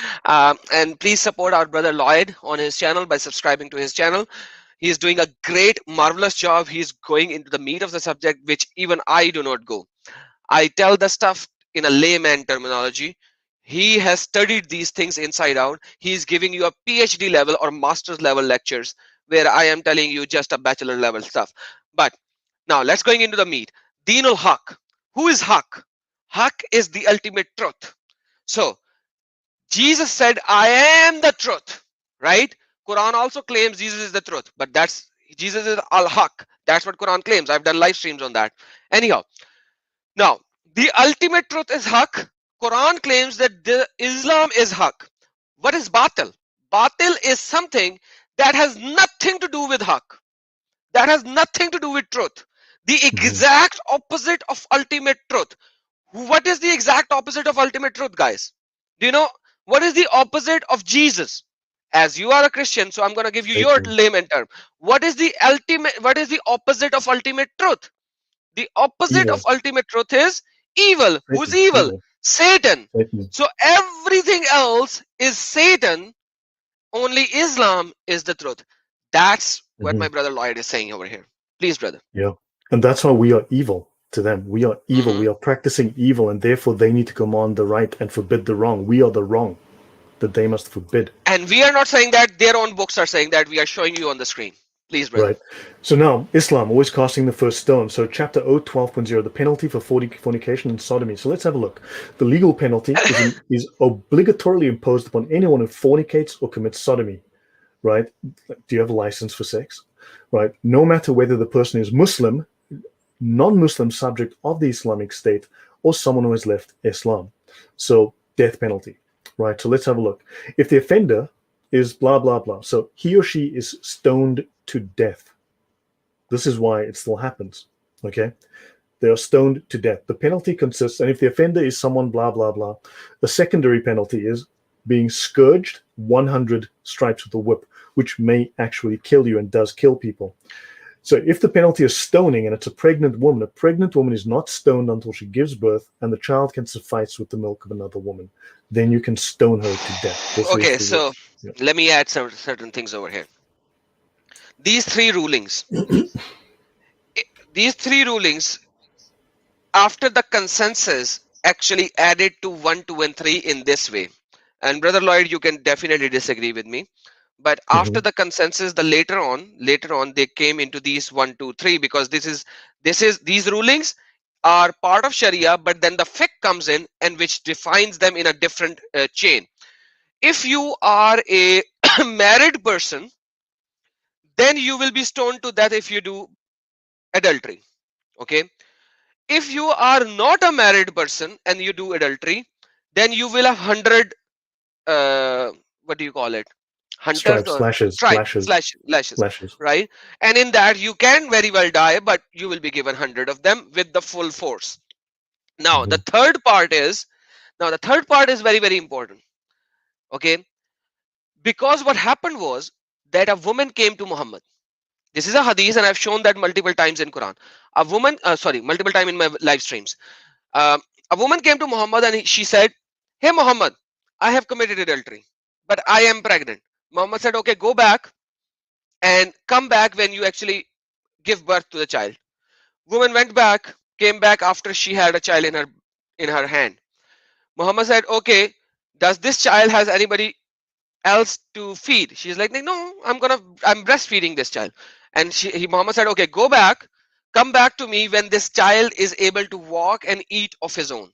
So she comes back after 2.5 years. She comes back and she said, okay, Muhammad, now I'm here again. What should I do? Muhammad said, okay, stone her to death. Now imagine what is happening over here. This whole hadith has been taken into consideration to make the Sharia implementation. And this hadith has been transmitted by 7 different ways, 7 different chain of narration or 8 different chain of narration. Because this was done when Muhammad was sitting in the pulpit and multiple people were around him, and she is coming to him as getting the verdict in the Medina, Mhm. right? When Muhammad is having a pulpit. Okay, so multiple chain of narrators proclaim this hadith, and this is such a often spoken hadith. And you know what Muslim says? Muhammad wanted this woman not to come and proclaim his word. Stupidity! If Muhammad did not wanted her to proclaim her word, Muhammad should have said, woman, go, you are forgiven, just like Jesus said. Just like Jesus Right. said, whoever has never sinned can throw the first stone. And then when everyone left, Muhammad said, woman, you are forgiven, sin no more. But Muhammad did He not did do not. that. Muhammad did not do that. Muhammad did not do that. So that's what my brother is saying over here. I am just correlating these things to the hadiths for my Muslim viewers who will come later in the description and comments and say this or that or that. Everything in the Sharia has a linkage to the Sahih authentic hadith with reference to the Mhm. Quran and the chains. Nothing is out of it. Please, Yep. brother. So now let's talk about, so as we're winding down, so I'll start winding down and finishing. So guys, Quran 65:4, Muslims love to simply just deny this. So let's look at the official Islamic, the Sunni Islamic ruling on the waiting period on 65:4. So let's have a look. A waiting period is obligatory for a woman divorced after intercourse, okay? A woman divorced after intercourse, whether the husband and the wife are prepubescent, or they have reached puberty, or one of them has reached puberty and one has not reached puberty. Intercourse means copulation. This is the perfect law of Allah, the perfect law of Muhammad. And it says here, do I need to repeat this? Is this clear to everyone? Islam explicitly allows prepubescent sex. There is no age limit assigned in Islam. None. For that, I have done another live stream. I've done another live stream on that, and I'm sharing the link over there. Every tafsir writer agrees to it. Every tafsir writer Yeah. agrees to it, because Yeah. the waiting period can only happen if you have intercourse. If you haven't had intercourse, then the waiting period is not required according to Quran chapter number 33 verse number 49. So In if the you Sharia have as not, well. yes, if you have not have intercourse, then the waiting period is not required. I just shared the live stream link for everyone to watch later. Now, even now, even now, brother, can I divert and play a 2 minutes video if you don't mind? Let me just finish this slide, and then if that's okay, or Okay, okay, should you yes, want to yes, yes, continue? please. No, please. Yeah, I just wanna play 2 minute video on this sure. particular part. But once you No, are no, fine. done on that part, So, okay, so now here's another ruling. Look, to do a discussion on marital sex with prepubescent girls in Islam would itself be an entire show, and I have done a 2 hour show on this subject. Okay, and I will do it again. But that itself is a subject from at least 90 minutes. Notice this ruling: a husband who accuses his wife of adultery is disciplined when adultery is impossible, such as when the person accused, his wife, is a mere infant. Islam defines infant as a girl less than 1 year old, a mm-hmm. baby, a baby. Okay, infant is defined as up to 1 year old. So if a man accuses his wife of sleeping with other men, he is actually, the judge will fine or punish him because she could not have initiated the adultery. Someone else must have done that to her because she was too young to do it herself. So understand, infant. What does, this is disgusting. And I have one more question to finish my slide here. So understand, this is Islamic law. There's plenty of rulings like this, right? And now I want to ask you guys, this is a very serious question because this annoys me, and I've been having discussions for the last few days. If the very same act, which is now supposedly present in the Talmud, okay, in Talmudic law, that's apparently the story, if it is evil, if it is vile, if it is disgusting, as Muslims happily tell us that in the Talmud, even Christians will say this, right? But Muslims will tell us that this is disgusting. Why is Islam perfect, holy, and pure if it does the exact same thing? Islam allows and it does the precise same thing. Judaism is evil because it does this. Islam is pure, holy, perfect because it does the very same thing. For those Muslims listening, please give me your lies and your excuses in the comments below. Awesome. So Thanks. I'll stop there, man. I have sent another video, which is sexual Okay. moralities and Islamic studies. And in this video, I have used the Prophet Abu Lay and Bahishti Zever, which is in English, it is called, what is it called in English, brother? Uh, That's a good question. heavenly Oh, ornaments. yes, the heavenly ornaments. Yes, sorry. Heavenly Yeah, that ornaments. wasn't, yeah. Yeah, Heavenly ornaments. the Disgusting. Arabic terminology is Bahishti Zever, and I've used Yes. heavenly ornament by Yeah. the. So you please watch this. It's very important for you to watch to get the full comprehensive knowledge of this. But right now, let me play. Even Mimi Hijab is bound to state this. Check this out, guys.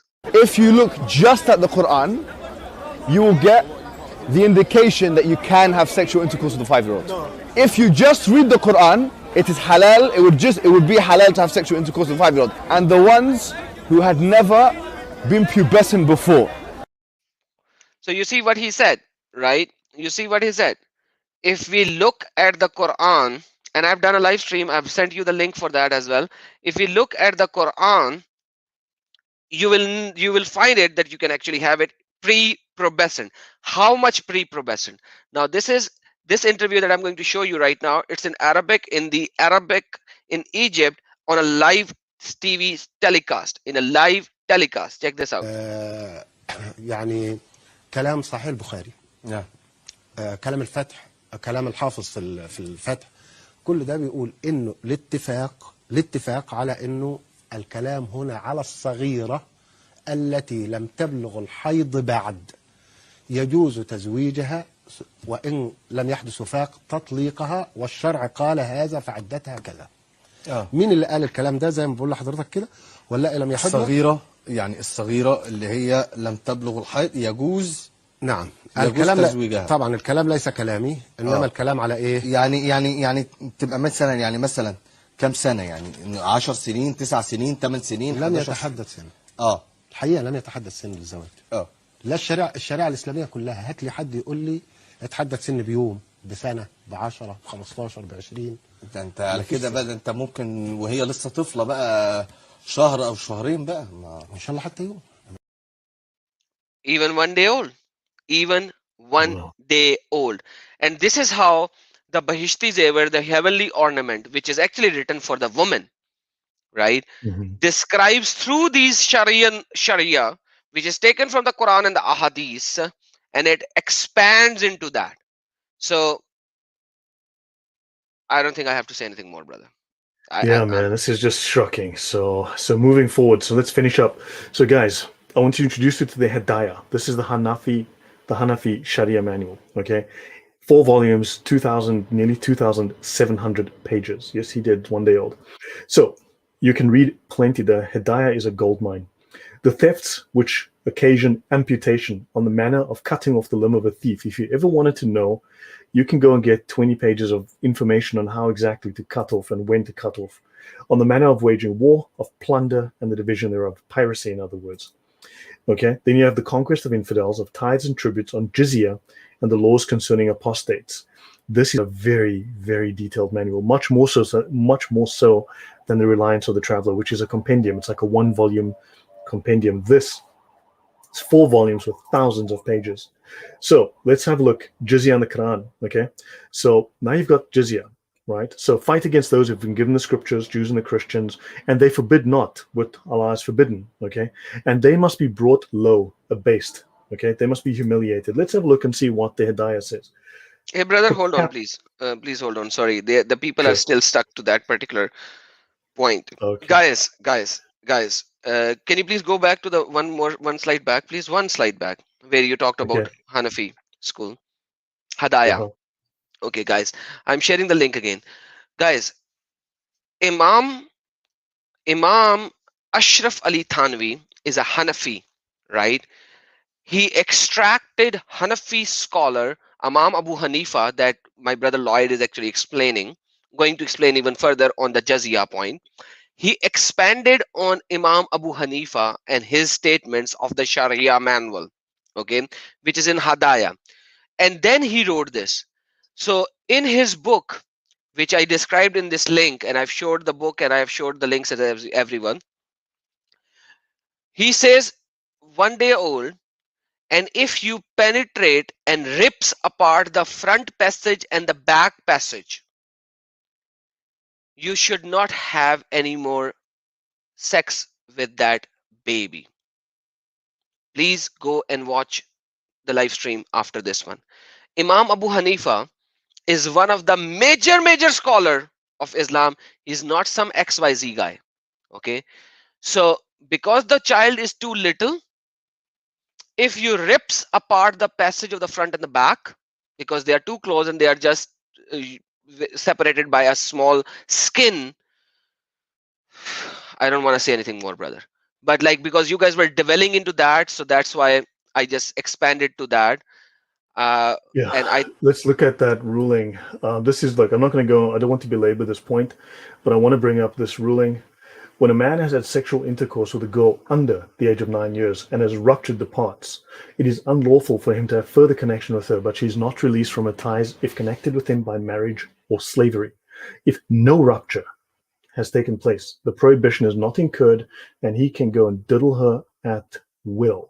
This book, this is the Digest of Mohammedan Law. It is still in use in Asia, in East Asia. So it is used in Pakistan, for instance, Bangladesh. Yes. It is still in use in the court system today. Yes. And which one is this? And so is the Hedaya. Written by who? Neil Bailey, the Digest of Mohammedan Law, Neil Bailey. Yeah, but like Neil Bailey would be a translator, the originator. Yeah. Where does he takes it from? Do you know that? Not certain. Okay, but but this is in use. It's still in use today. This is in Hedaya, anyways, guys. This is in Hedaya by this. So let's move on from this topic. Let's go into Jizya, which is also a very big topic.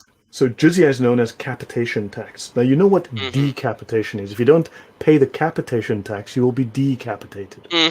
So capitation tax is a species of punishment. Muslims love to tell you, don't you pay tax? Hello, it's just tax. Hello. So capitation tax is a species of punishment. It is inflicted. You inflict punishment upon infidels on account of their disloyalty to Allah.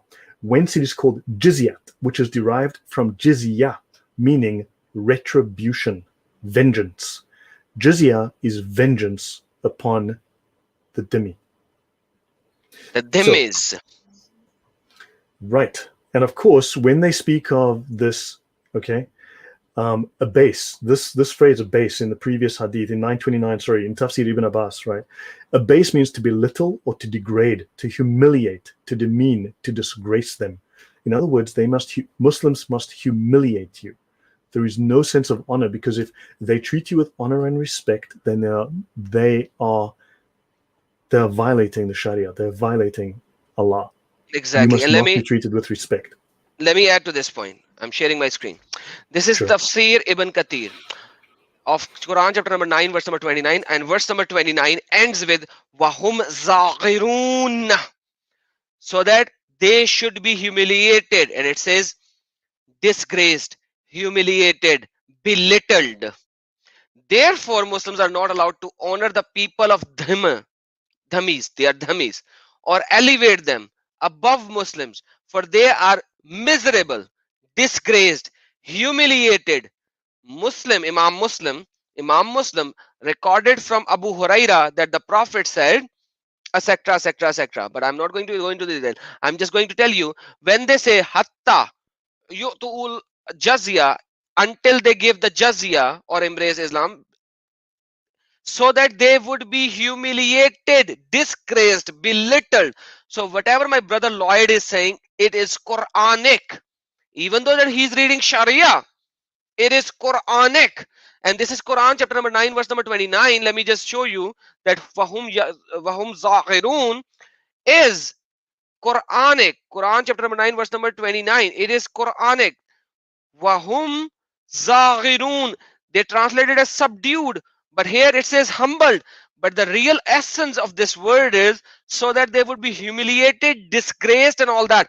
This is Quranic. It's not a text. It's humiliation, because you guys are dhammis and we are dhammis. FYI. Brother, please carry on. Right. So guys, I'm going to try and start winding down now. So we're on the last few slides. Some slides have multiple pages. So this, obviously, watch this again at your own time. Read through the slides on the screen. And so notice this is modern teaching. So this is a very, very modern, very new tafsir that is being shown here. Not tafsir. This is a sirah. Because what people forget is that there's not just the Quran and the hadith. Okay, there's also the sirah, the biographies, technically the Gospels of Muhammad, the equivalent of the Gospels of Muhammad. Muslims don't want you to read those. They don't even want you to know about those, because those things are embarrassing for them. Good grief. So moving on. The teachings of Moses is as far from our conception of justice and fair play. So in other words, they claim to be the inheritors of Moses, that they are the true Jews, they're the true Christians, that they're the ones who inherited the law of Moses. But they say here that the law of Moses is far from the Quranic conception of justice and fair play. Now, that's a contradiction. The teaching of Jesus is impractical and has always been impractical. Never in the history have Christians tried to put this teaching into practice. This is what they teach at madrasa.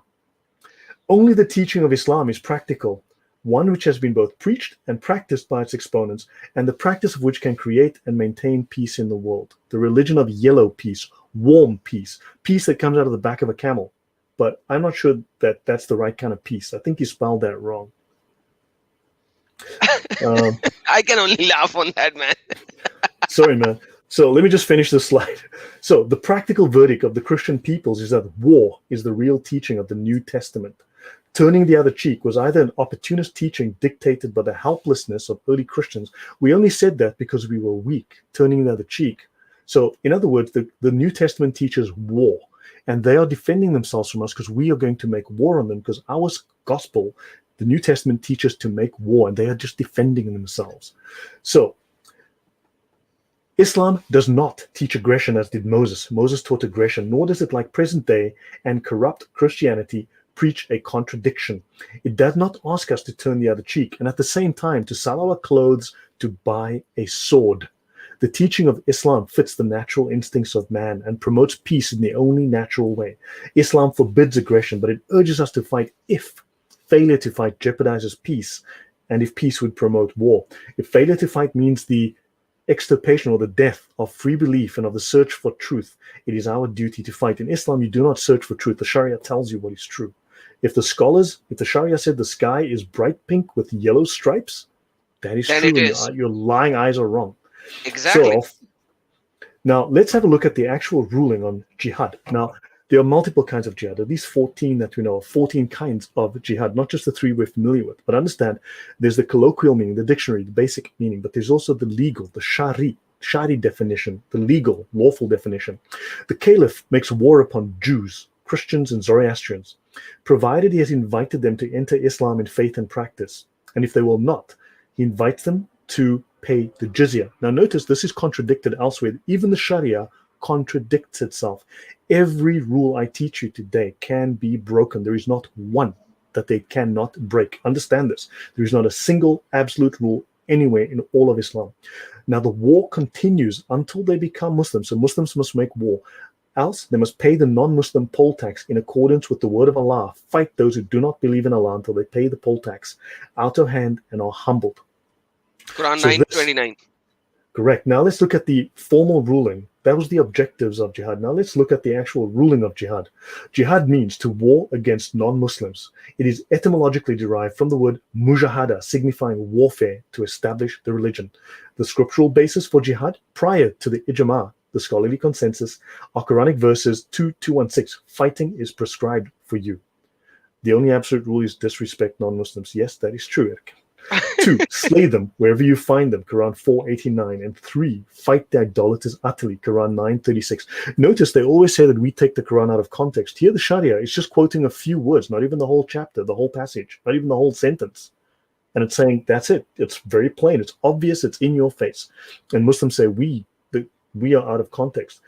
And of course, such hadiths as the one related by Bukhari, where the Prophet said, I've been commanded to fight people until they testify there's no God but Allah and Muhammad is the messenger. If they say it, they have saved their blood and possessions from me. So this last is the formal ruling on jihad.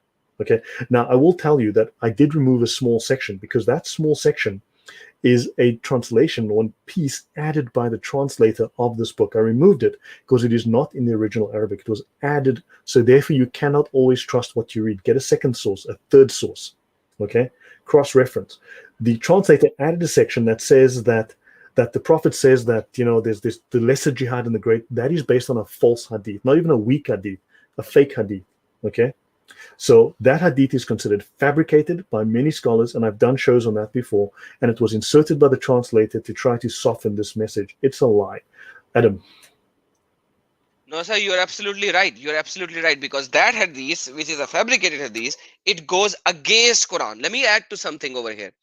When you say yuqatilu, they say it is fighting, right? But this fighting is to kill.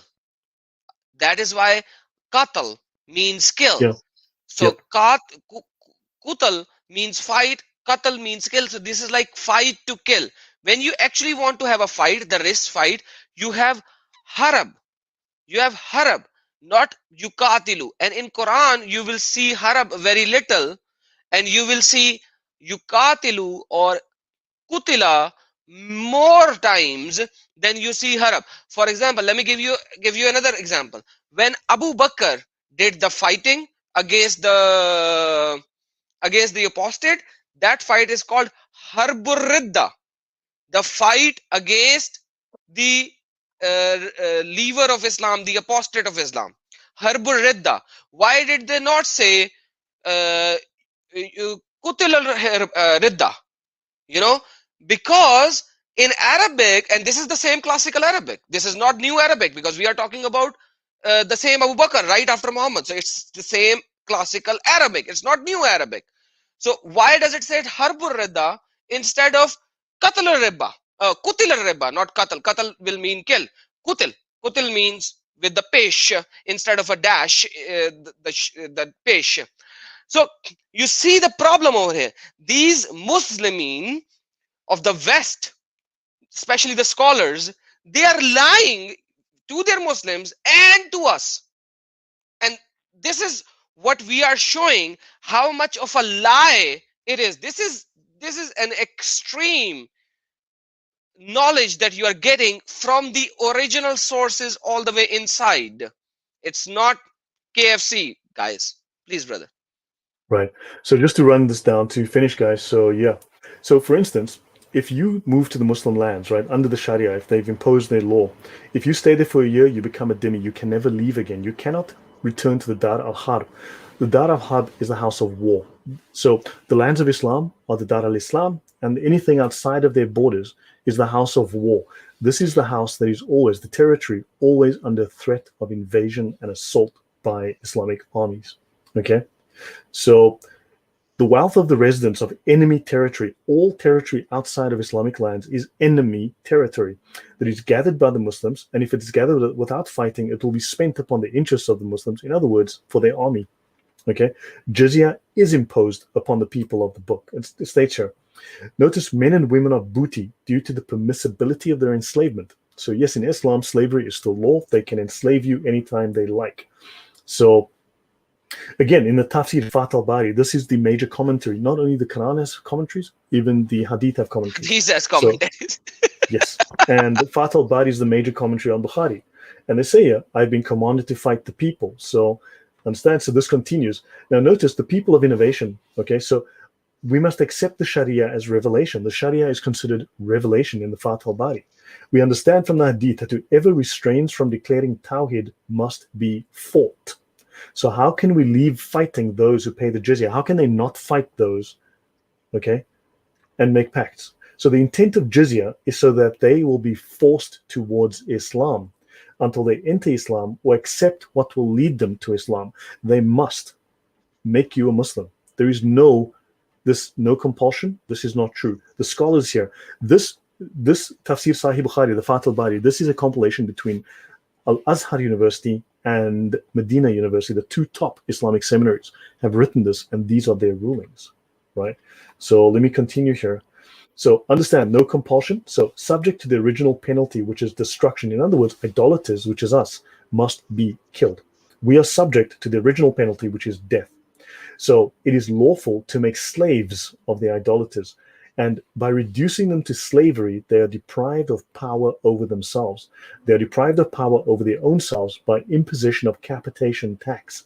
It's not just tax. It is, understand what this is. And they must pay the Muslims the produce of their labor. So it's extortion, it's theft. If the Muslim army subdues infidel territory before any capitation tax is established, the inhabitants, together with their wives and children, are all plunder. You all plunder, you are property of the state, and it is lawful to reduce to slavery all infidels. There you go. Now, notice the infidelity is also an atrocious thing because, okay, apostates, but notice we must all embrace the faith or be put to death. Shafei holds that it is lawful to make slaves of the idolaters, right? Jizyat. There are two kinds of capitation tax. Hold on The from second, this, yeah. Let's finish slavery first. Mhm. Guys, I have done approximately 3.5 hour long part one and part two on slavery. I'm just sending it out to you guys now, as in the live chat. So, Islam does not abolish slavery. That's a no, big fat lie. lie. That's a Yeah. big fat lie. It gives you ways and means to keep slavery. So, There are understand what I'm about saying? 30%, about 30% of the Sharia is devoted to the laws of slavery. Exactly. So it gives you the rulings of how you should have the slave and how you can actually have sex with the slave woman. Mhm. And it is Quranic, not even hadiths. It is Quranic. The hadiths that I've shared over there, it is how many slaves Muhammad had in his life. In his life. So this is how it is. Rob Christian, brother, God bless you. Yes, that's the Muslim comment saying it does not say that. So, brother Rob, whenever you are, if you are free, please do join in. So, All right. Islam does not abolishes slavery. It removes. No, no, no. It gives you the ways and the means to keep slaves. To Yes, keep it tells slaves you and how to keep exactly. slaves. And Muhammad had so many slaves. Muhammad loved slaves. And that's what Yeah. I've showed in the 3 hours live stream that I've shared part one and part two. Yeah. Please subscribe. In the Sharia, slavery is actually just a form of commerce. It falls under sales. So understand that when the Prophet spoke, okay, basically capitation tax or the jizya is due only in lieu of destruction. In other words, pay this or die. Destruction, they mean death. Capitation tax serves as an aid to the troops, to the army, right? So capitation tax is in due of assistance. So in other words, because you are not joining the Islamic army to then go and invade other countries and fight other people to make them Muslims, you need to pay as punishment. You then pay them as punishment. Thank you, Rob Christian. Good to meet you. Hi. Right. So capitation tax is imposed because this is mentioned in the Quran. Okay. It is imposed as a return from the mercy and forbearance shown by the Muslims for not killing you. By the way, guys, capitation tax, you have said it 3 times. What is capitation means? Do you know that? Can you explain capitation for the viewers Um, in the well, English terminology? it's the opposite of decapitation. You want to keep your head. So, yes. So, if you want to keep your head, you have only two things.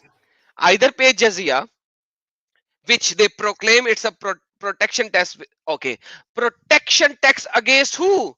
Against Muslims who have Yeah. occupied your land, and they will capitate you if you don't pay tax. If Yeah. you don't pay tax, that protection tax, which is called jizya, it's not a protection tax. It is Yeah. so that you would be humiliated. It's a Yeah, form of head poll tax. tax. A poll tax is a head tax. So it's from poll tax, and a poll tax is a tax on your head. So, yeah. So, in other words, every subject of the Muslim government is by the law enjoined to afford towards carrying on the enjoined war with infidels. So they must make war on infidels. Okay, tax or acts as Gospel Edge says, yes, capitation tax is imposed. And Shafei argues that destruction is incurred by all infidels. Everyone must be killed unless they pay. So they have a global war. So let's have a quick look. Lying to non-Muslims, cheating them, and backbiting them might become permissible, as may killing them, according to Muqtasal al-Qaduri. This is one of the most basic of the Sharia manuals. And when you become an imam and go to seminary to study Islamic law, you probably start in some curriculum. You start with this book because it's the simplest, most basic, and you work your way up to the Hedaya.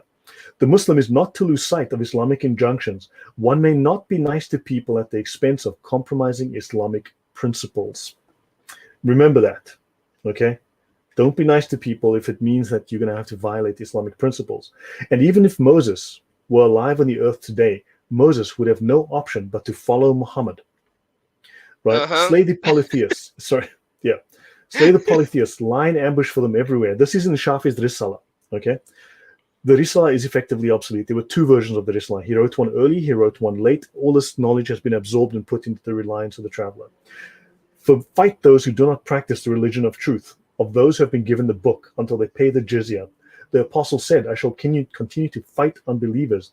Umar collected the jizya on the basis of the Quranic communication until they pay the jizya and have been humbled on the basis of the Quran, which states that unbelievers must be fought until they accept Islam. Understand all of these books. Let's look at the Kitab al-Siyar al-Sagir. Al-Siyar al-Sagir. This is basically international law, Islamic international policy. If an ambush is made against them without inviting to them Islam, it makes no difference. In other words, they must invite you to Islam. But if you don't and you kill them anyway, it's okay. It doesn't matter. This Okay, it hold says on. in the Hedaya as well. Brother, don't Yeah. rush. Don't rush. We can have another 30 minutes. Don't rush. If you are not in a hurry, we are not in a hurry. This is very important. Okay. This is very important.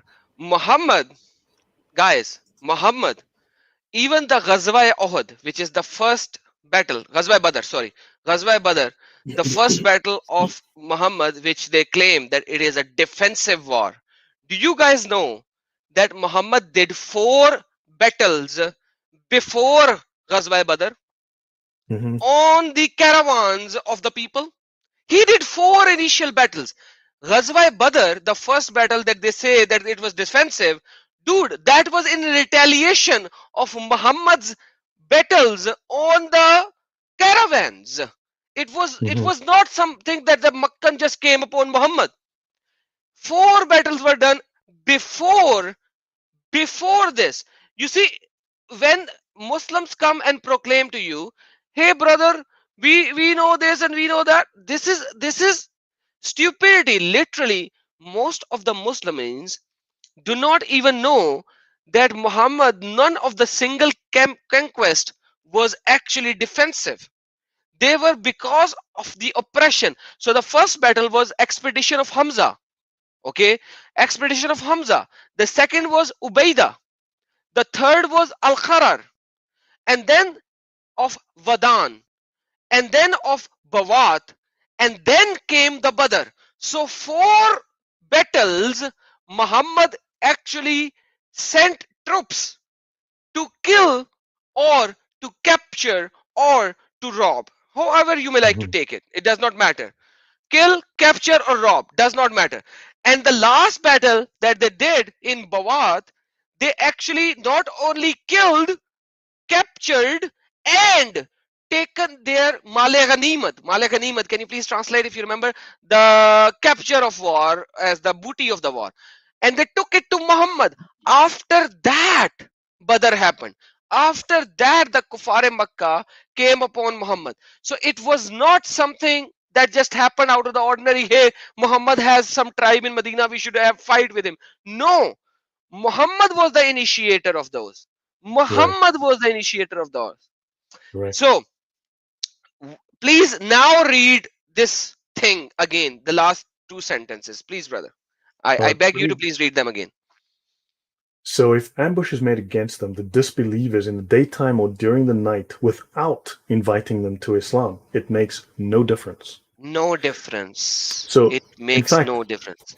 there is a ruling in the Hedaya, which I didn't show because I can do a separate show just on jihad as well to show you all the Sharia rulings on it, all the scholarly consensus on it. However, it says that if you kill women and children, you must not do this because it is forbidden. It says it's forbidden to kill women and children.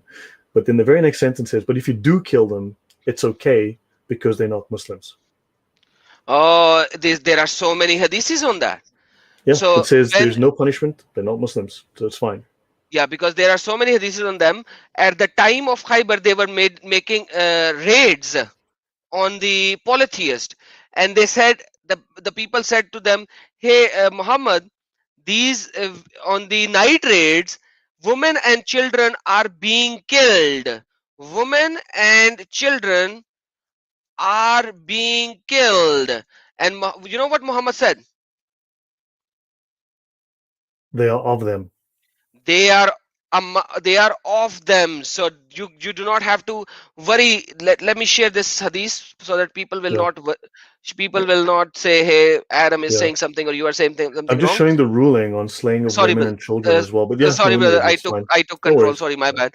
My bad. it's Let fine. me just show this and then I will give you the control again. So this is Sunan ibn Majah. Prophet was asked about the polytheists who are attacked at night. Attacked at night. Who is attacking? Muhammad and his followers. and among them are women and children are being killed. He said they are from among them. Multiple Sahih Muslim, same hadith. Sahih Muslim, when asked about the women and children of the polytheists being killed during the night raids, said they are from them. Does not matter if they are being killed. Multiple hadiths on that. I don't need to go into subject in detail on that, but this is Yeah. the reality, guys. This is the Yeah. reality. Sorry, brother, Yeah. I took the stream over. Please carry Yeah, on. let me show you. So this is the formal ruling within the Hedaya. So the Hedaya is the most complete of the Sharia manuals, the most detailed. If a Muslim attacks infidels without calling them to the faith, he is an offender because this is forbidden. But if he does, before inviting them, and he kills them, and he takes their property, there is no fine. He has to do no expiation and no atonement are due because that which protects them, Islam, does not exist in them. So, Exactly.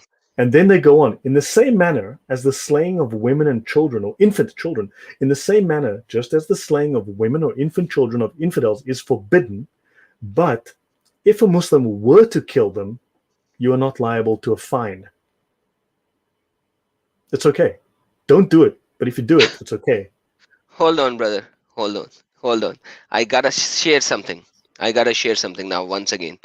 Yeah. Okay, if you go to Sahih al-Muslim, this is the first book, second book. In this book, you go down to the first book called Kitabul Faith, the Kitab of Iman, the book of faith, the Kitabul Iman. If you go to this book, the first time the Shahada is mentioned, is in this book. In this book, in chapter number 8, in chapter number 8 of this book, it is said the command to fight. This is the title. It is not even the hadith. This is the title of the book of Kitabul Faith, the book of faith. The command to fight the people until they say La ilaha illallah Muhammadur Rasulullah. So until they accept Muhammad as their prophet and Allah as their God, the command to fight those people and establish salah and etc. Whosoever does that, his life and his wealth are protected. Mm-hmm. His life and his wealth is protected. And when we see into the hadiths of that, they all describe that in detail of this thing. Same thing. Till they testify to the fact that there is no God but Allah, La ilaha illallah Muhammad Rasulullah, and believe in me, I am the messenger I have brought. And when they do it, their blood and riches are guaranteed protection on my behalf. Otherwise, not. That is what my brother Lloyd is showing from Sharia ruling. So Yeah. Sharia ruling are not against Quran and Hadith. They are Yeah. So absolutely right on spot. Yes, brother. understand there are no absolute laws in Islam. There's not one. There's not a single absolute law in Islam. There is no unbreakable law in Islam. Not a single one. So understand, don't kill them. But if you do kill them, it's okay. Don't worry about it. Don't kill women and children. But if you do, well, whatever. Want a burger? So what? Yeah, so what? Exactly. And so finally, understand that, look, I've touched on points. I mean, on many of these slides, I can do literally a 2-hour show just on some of these topics alone. But understand that anything that is not Islamic is the territory of war. You live in the territory of war. Okay? They are fighting a war with you. You just don't know it. And the final slide is this.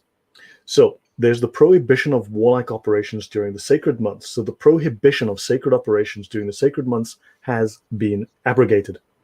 It is reported from Mujahid, blah, blah, blah, that the prohibition of war in sacred months has been abrogated. The abrogating verse is the saying of Allah, slay the polytheists wherever you find them. That's chapter number 9. I forgot which one. Do you know the verse? 9:5. 9:5. Yes. So understand, this is... So I want to end here, guys. So this, I've given you a taste and I've given you an overview of the Sharia rulings and how they are consistent across any number of Sharia manuals. No matter which ones you grab, they all say the same things. The scholars do not disagree. Sure, they disagree on whether some like coffee, some like tea, some like 3 sugars, some like no sugar, some like 2 sugars, some like instant coffee. Sure, they'll fight about that whole day. These issues, there's no disagreement. I'll end here, Adam. All right. No, brother, you are absolutely right. And in these 2 hours, what you have done is you have given so much wealth of knowledge, so much wealth of knowledge, that people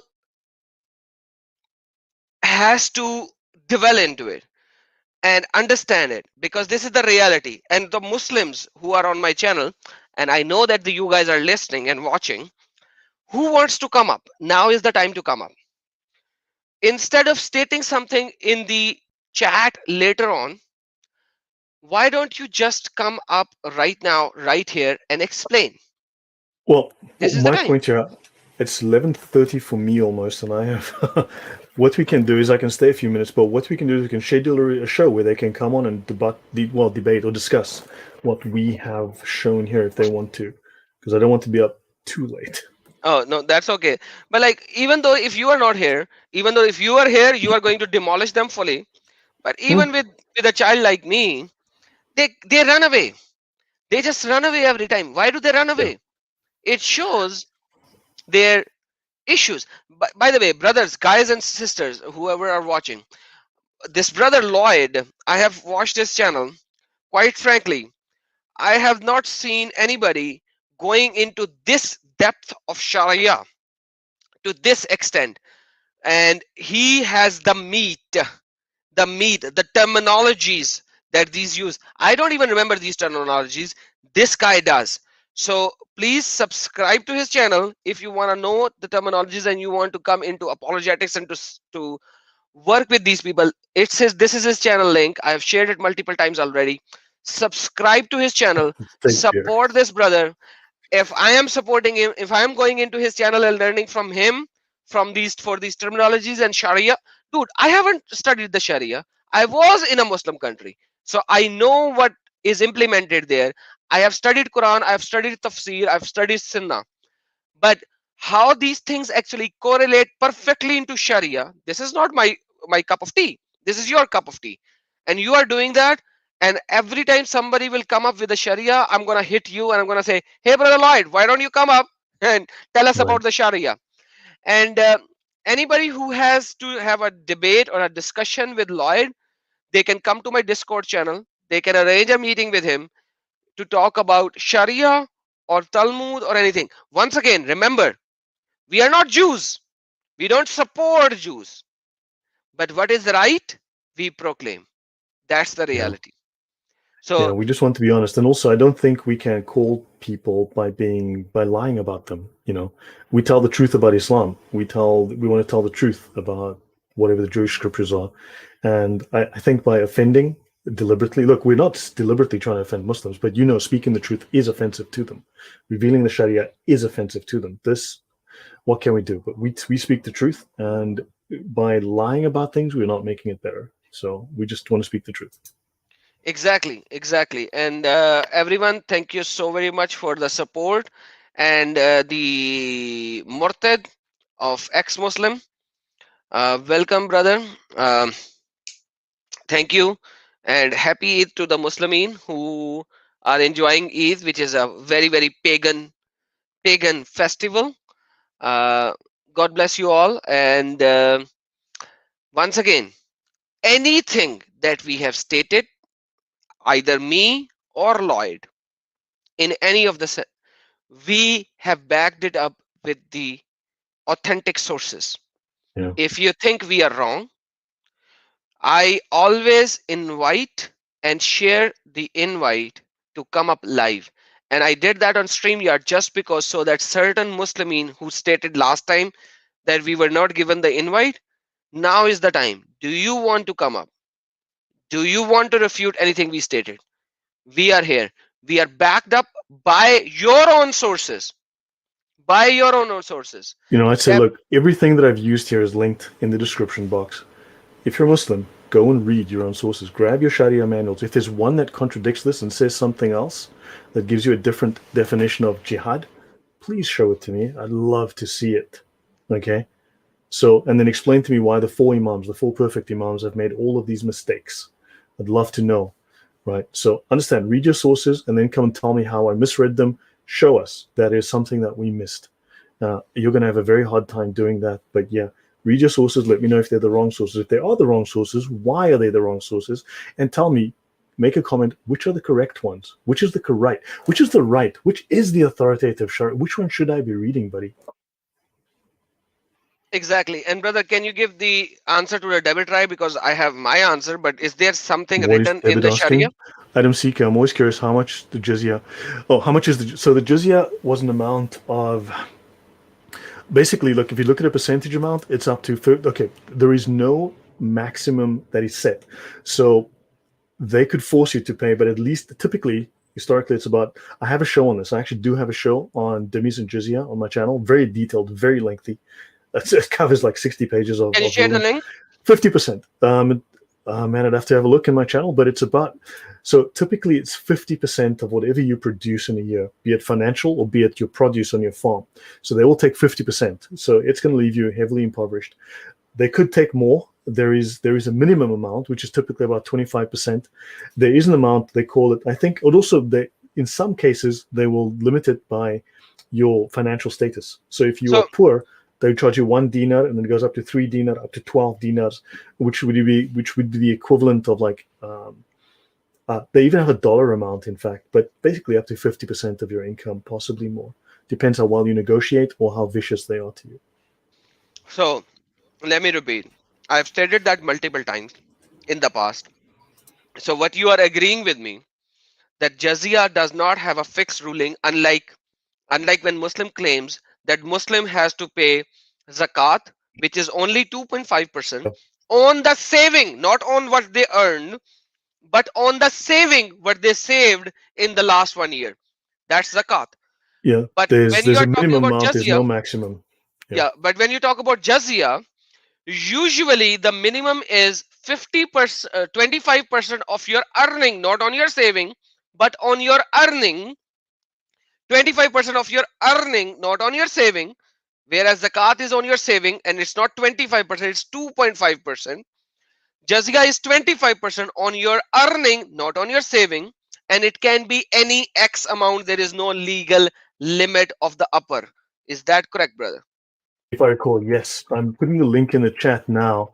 So this is part one of my talk on Dhimmis and Jizya. It's very detailed. It's very lengthy. It goes into extreme detail on this.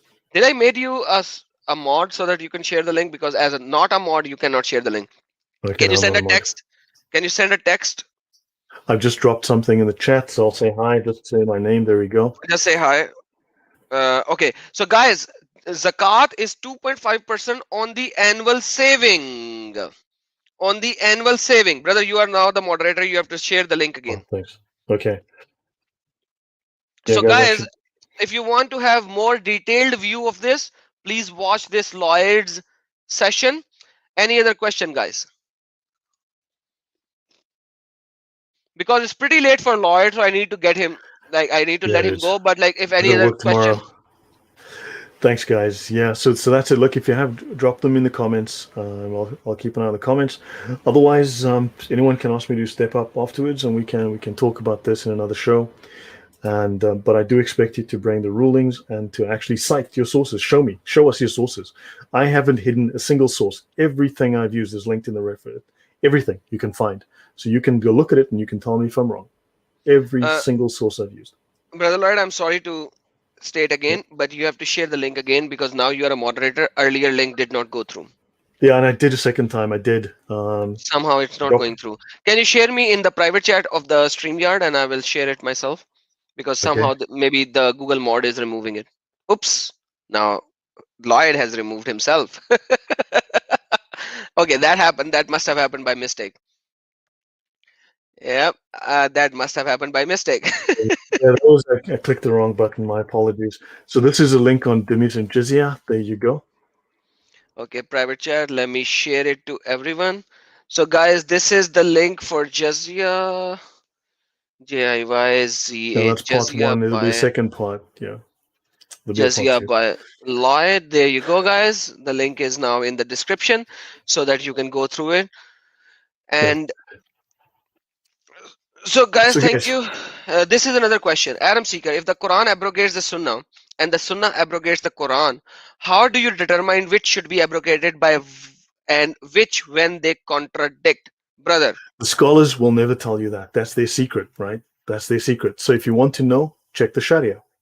The Sharia will tell. So when they make a ruling, they will refer to hadiths or they'll refer to Quran verses. Then you know that those hadiths or those Quran verses are still legit. If it doesn't appear within the Sharia somewhere in any given ruling on a given topic, then you can consider that as abrogated. Perfect. Otherwise, Quran is contradicting itself. Exactly. Yeah. Any other question, guys? I mean, look, honestly, they don't listen to. Look, I've said this many times, but they don't listen to the Quran. If the Qurans all disappeared like this tonight, not a single Quran left on earth, the scholars wouldn't even notice, because they don't. The scholars don't read the Hadith; they read the tafsir of the Hadith. The scholars don't read the Quran. That's for the lay Muslims, right? They read the Sharia. They read the scholarly commentaries by the other scholars. Scholars read scholars. They don't read the book itself directly. That's only for dealing with lay Muslims. And a lay Muslim, when he says to you, I am a Muslim and I follow Quran, he's lying to his bones or he is Yeah. ignorant. I Either of showed the you two. those hadith. I showed you those hadith. Muhammad said one day, lazy Muslims will say, oh yeah, we follow what's in the Quran, and they will ignore what's in the Sunnah. That's why you call the Sunni Muslim. You follow the Sunnah.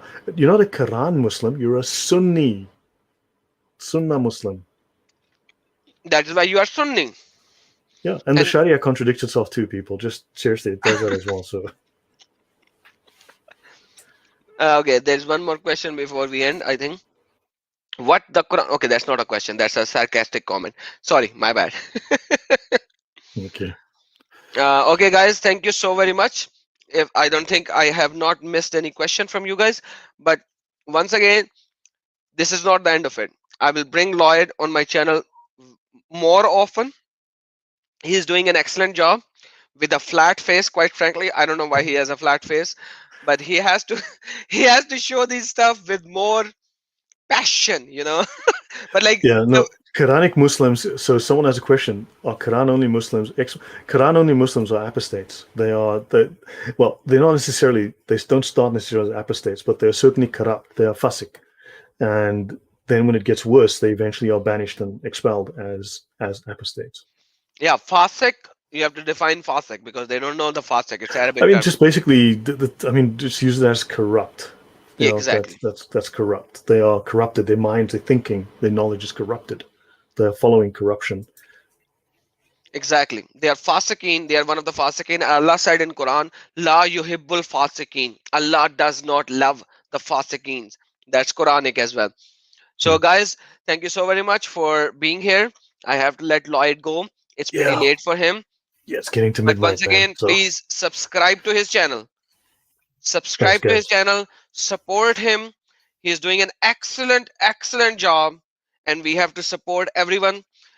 Like, even though that he does not do like how I do, I am an Easterner, right? If I read, I express. That's how I do. I can laugh, I can cry, I can do all of these things. I'm an Easterner. That's how I work. This guy, I think he must be in FBI. When he reads, he has no emotions. He's emotionless when he reads, but he is giving the best of the best knowledge that you will not even get, even if you are doing masters in Islamic studies. You have to go to Al-Azhar University to get the knowledge which he is giving. So learn from him, guys. Roger Learn from says, Adam, let him go to bed already. him. That is almost midnight here. I gotta go. I still gotta do some work, and then All right, brother. God bless you. I gotta start early tomorrow. But thank you, guys. This has been fantastic. Appreciate being on the channel, guys. Yeah, remember, make jihad on the like button. Beat it until it's blue. All right. Oh, yes.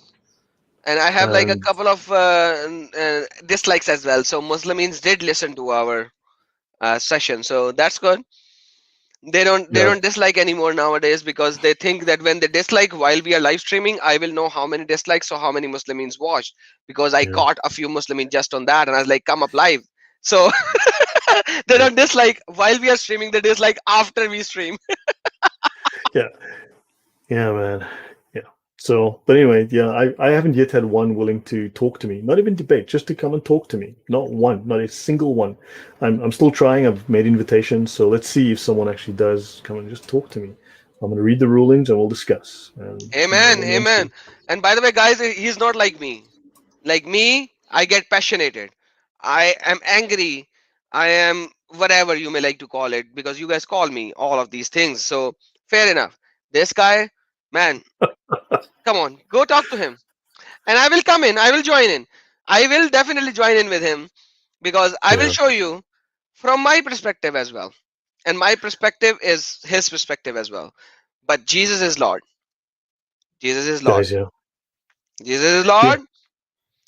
He came, and there is nothing like this in the teaching of our Lord Jesus Christ. yeah, Nothing. Nothing like him. If you want to see the comfort, that's in Bible. If you want to see love, that's the God of Bible. If you want to see passion, that's the God of Bible. yeah, If you want to see fear, that's the God of Islam.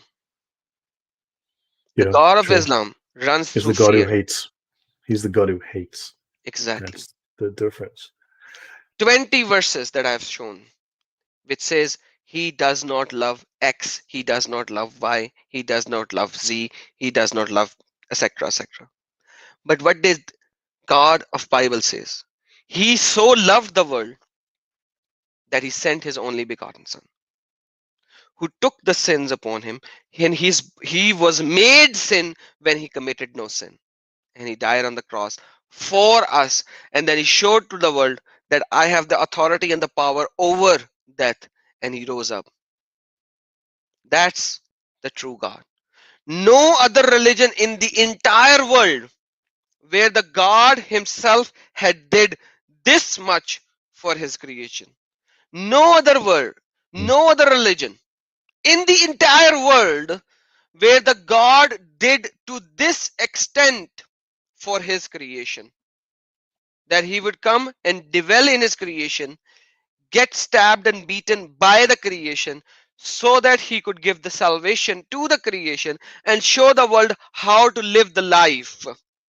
And that is why we are called Christians, because we are follower of Christ. Yeah. That's the true message which Muhammad derogatorized. We should go into the Sirah and then show people how Muhammad is the divine being, how Muhammad becomes counterfeit Jesus, how in the Sirah Muhammad is a divine being. You know, he Yes. replaces Jesus, he becomes the counterfeit Jesus. It's crazy stuff. Crazy That will stuff. be really good, because I actually did a comparison between Jesus and the black stone of Kaaba in 13 points. Yeah. Because so this will be also very good. So we can actually do that. This is Momo. Yeah. So guys, yeah, I really but it's late. It's nearly midnight. I seriously have a hard day tomorrow. Got So work so first thing before early in we the morning. go, you have to do one thing. You have to follow me and state this sentence. Yeshua Yeshua Akbarul Azim. Akbarul Azim. Yeshua Akbarul Azim. Amen. God bless you guys. Take care. Bye bye.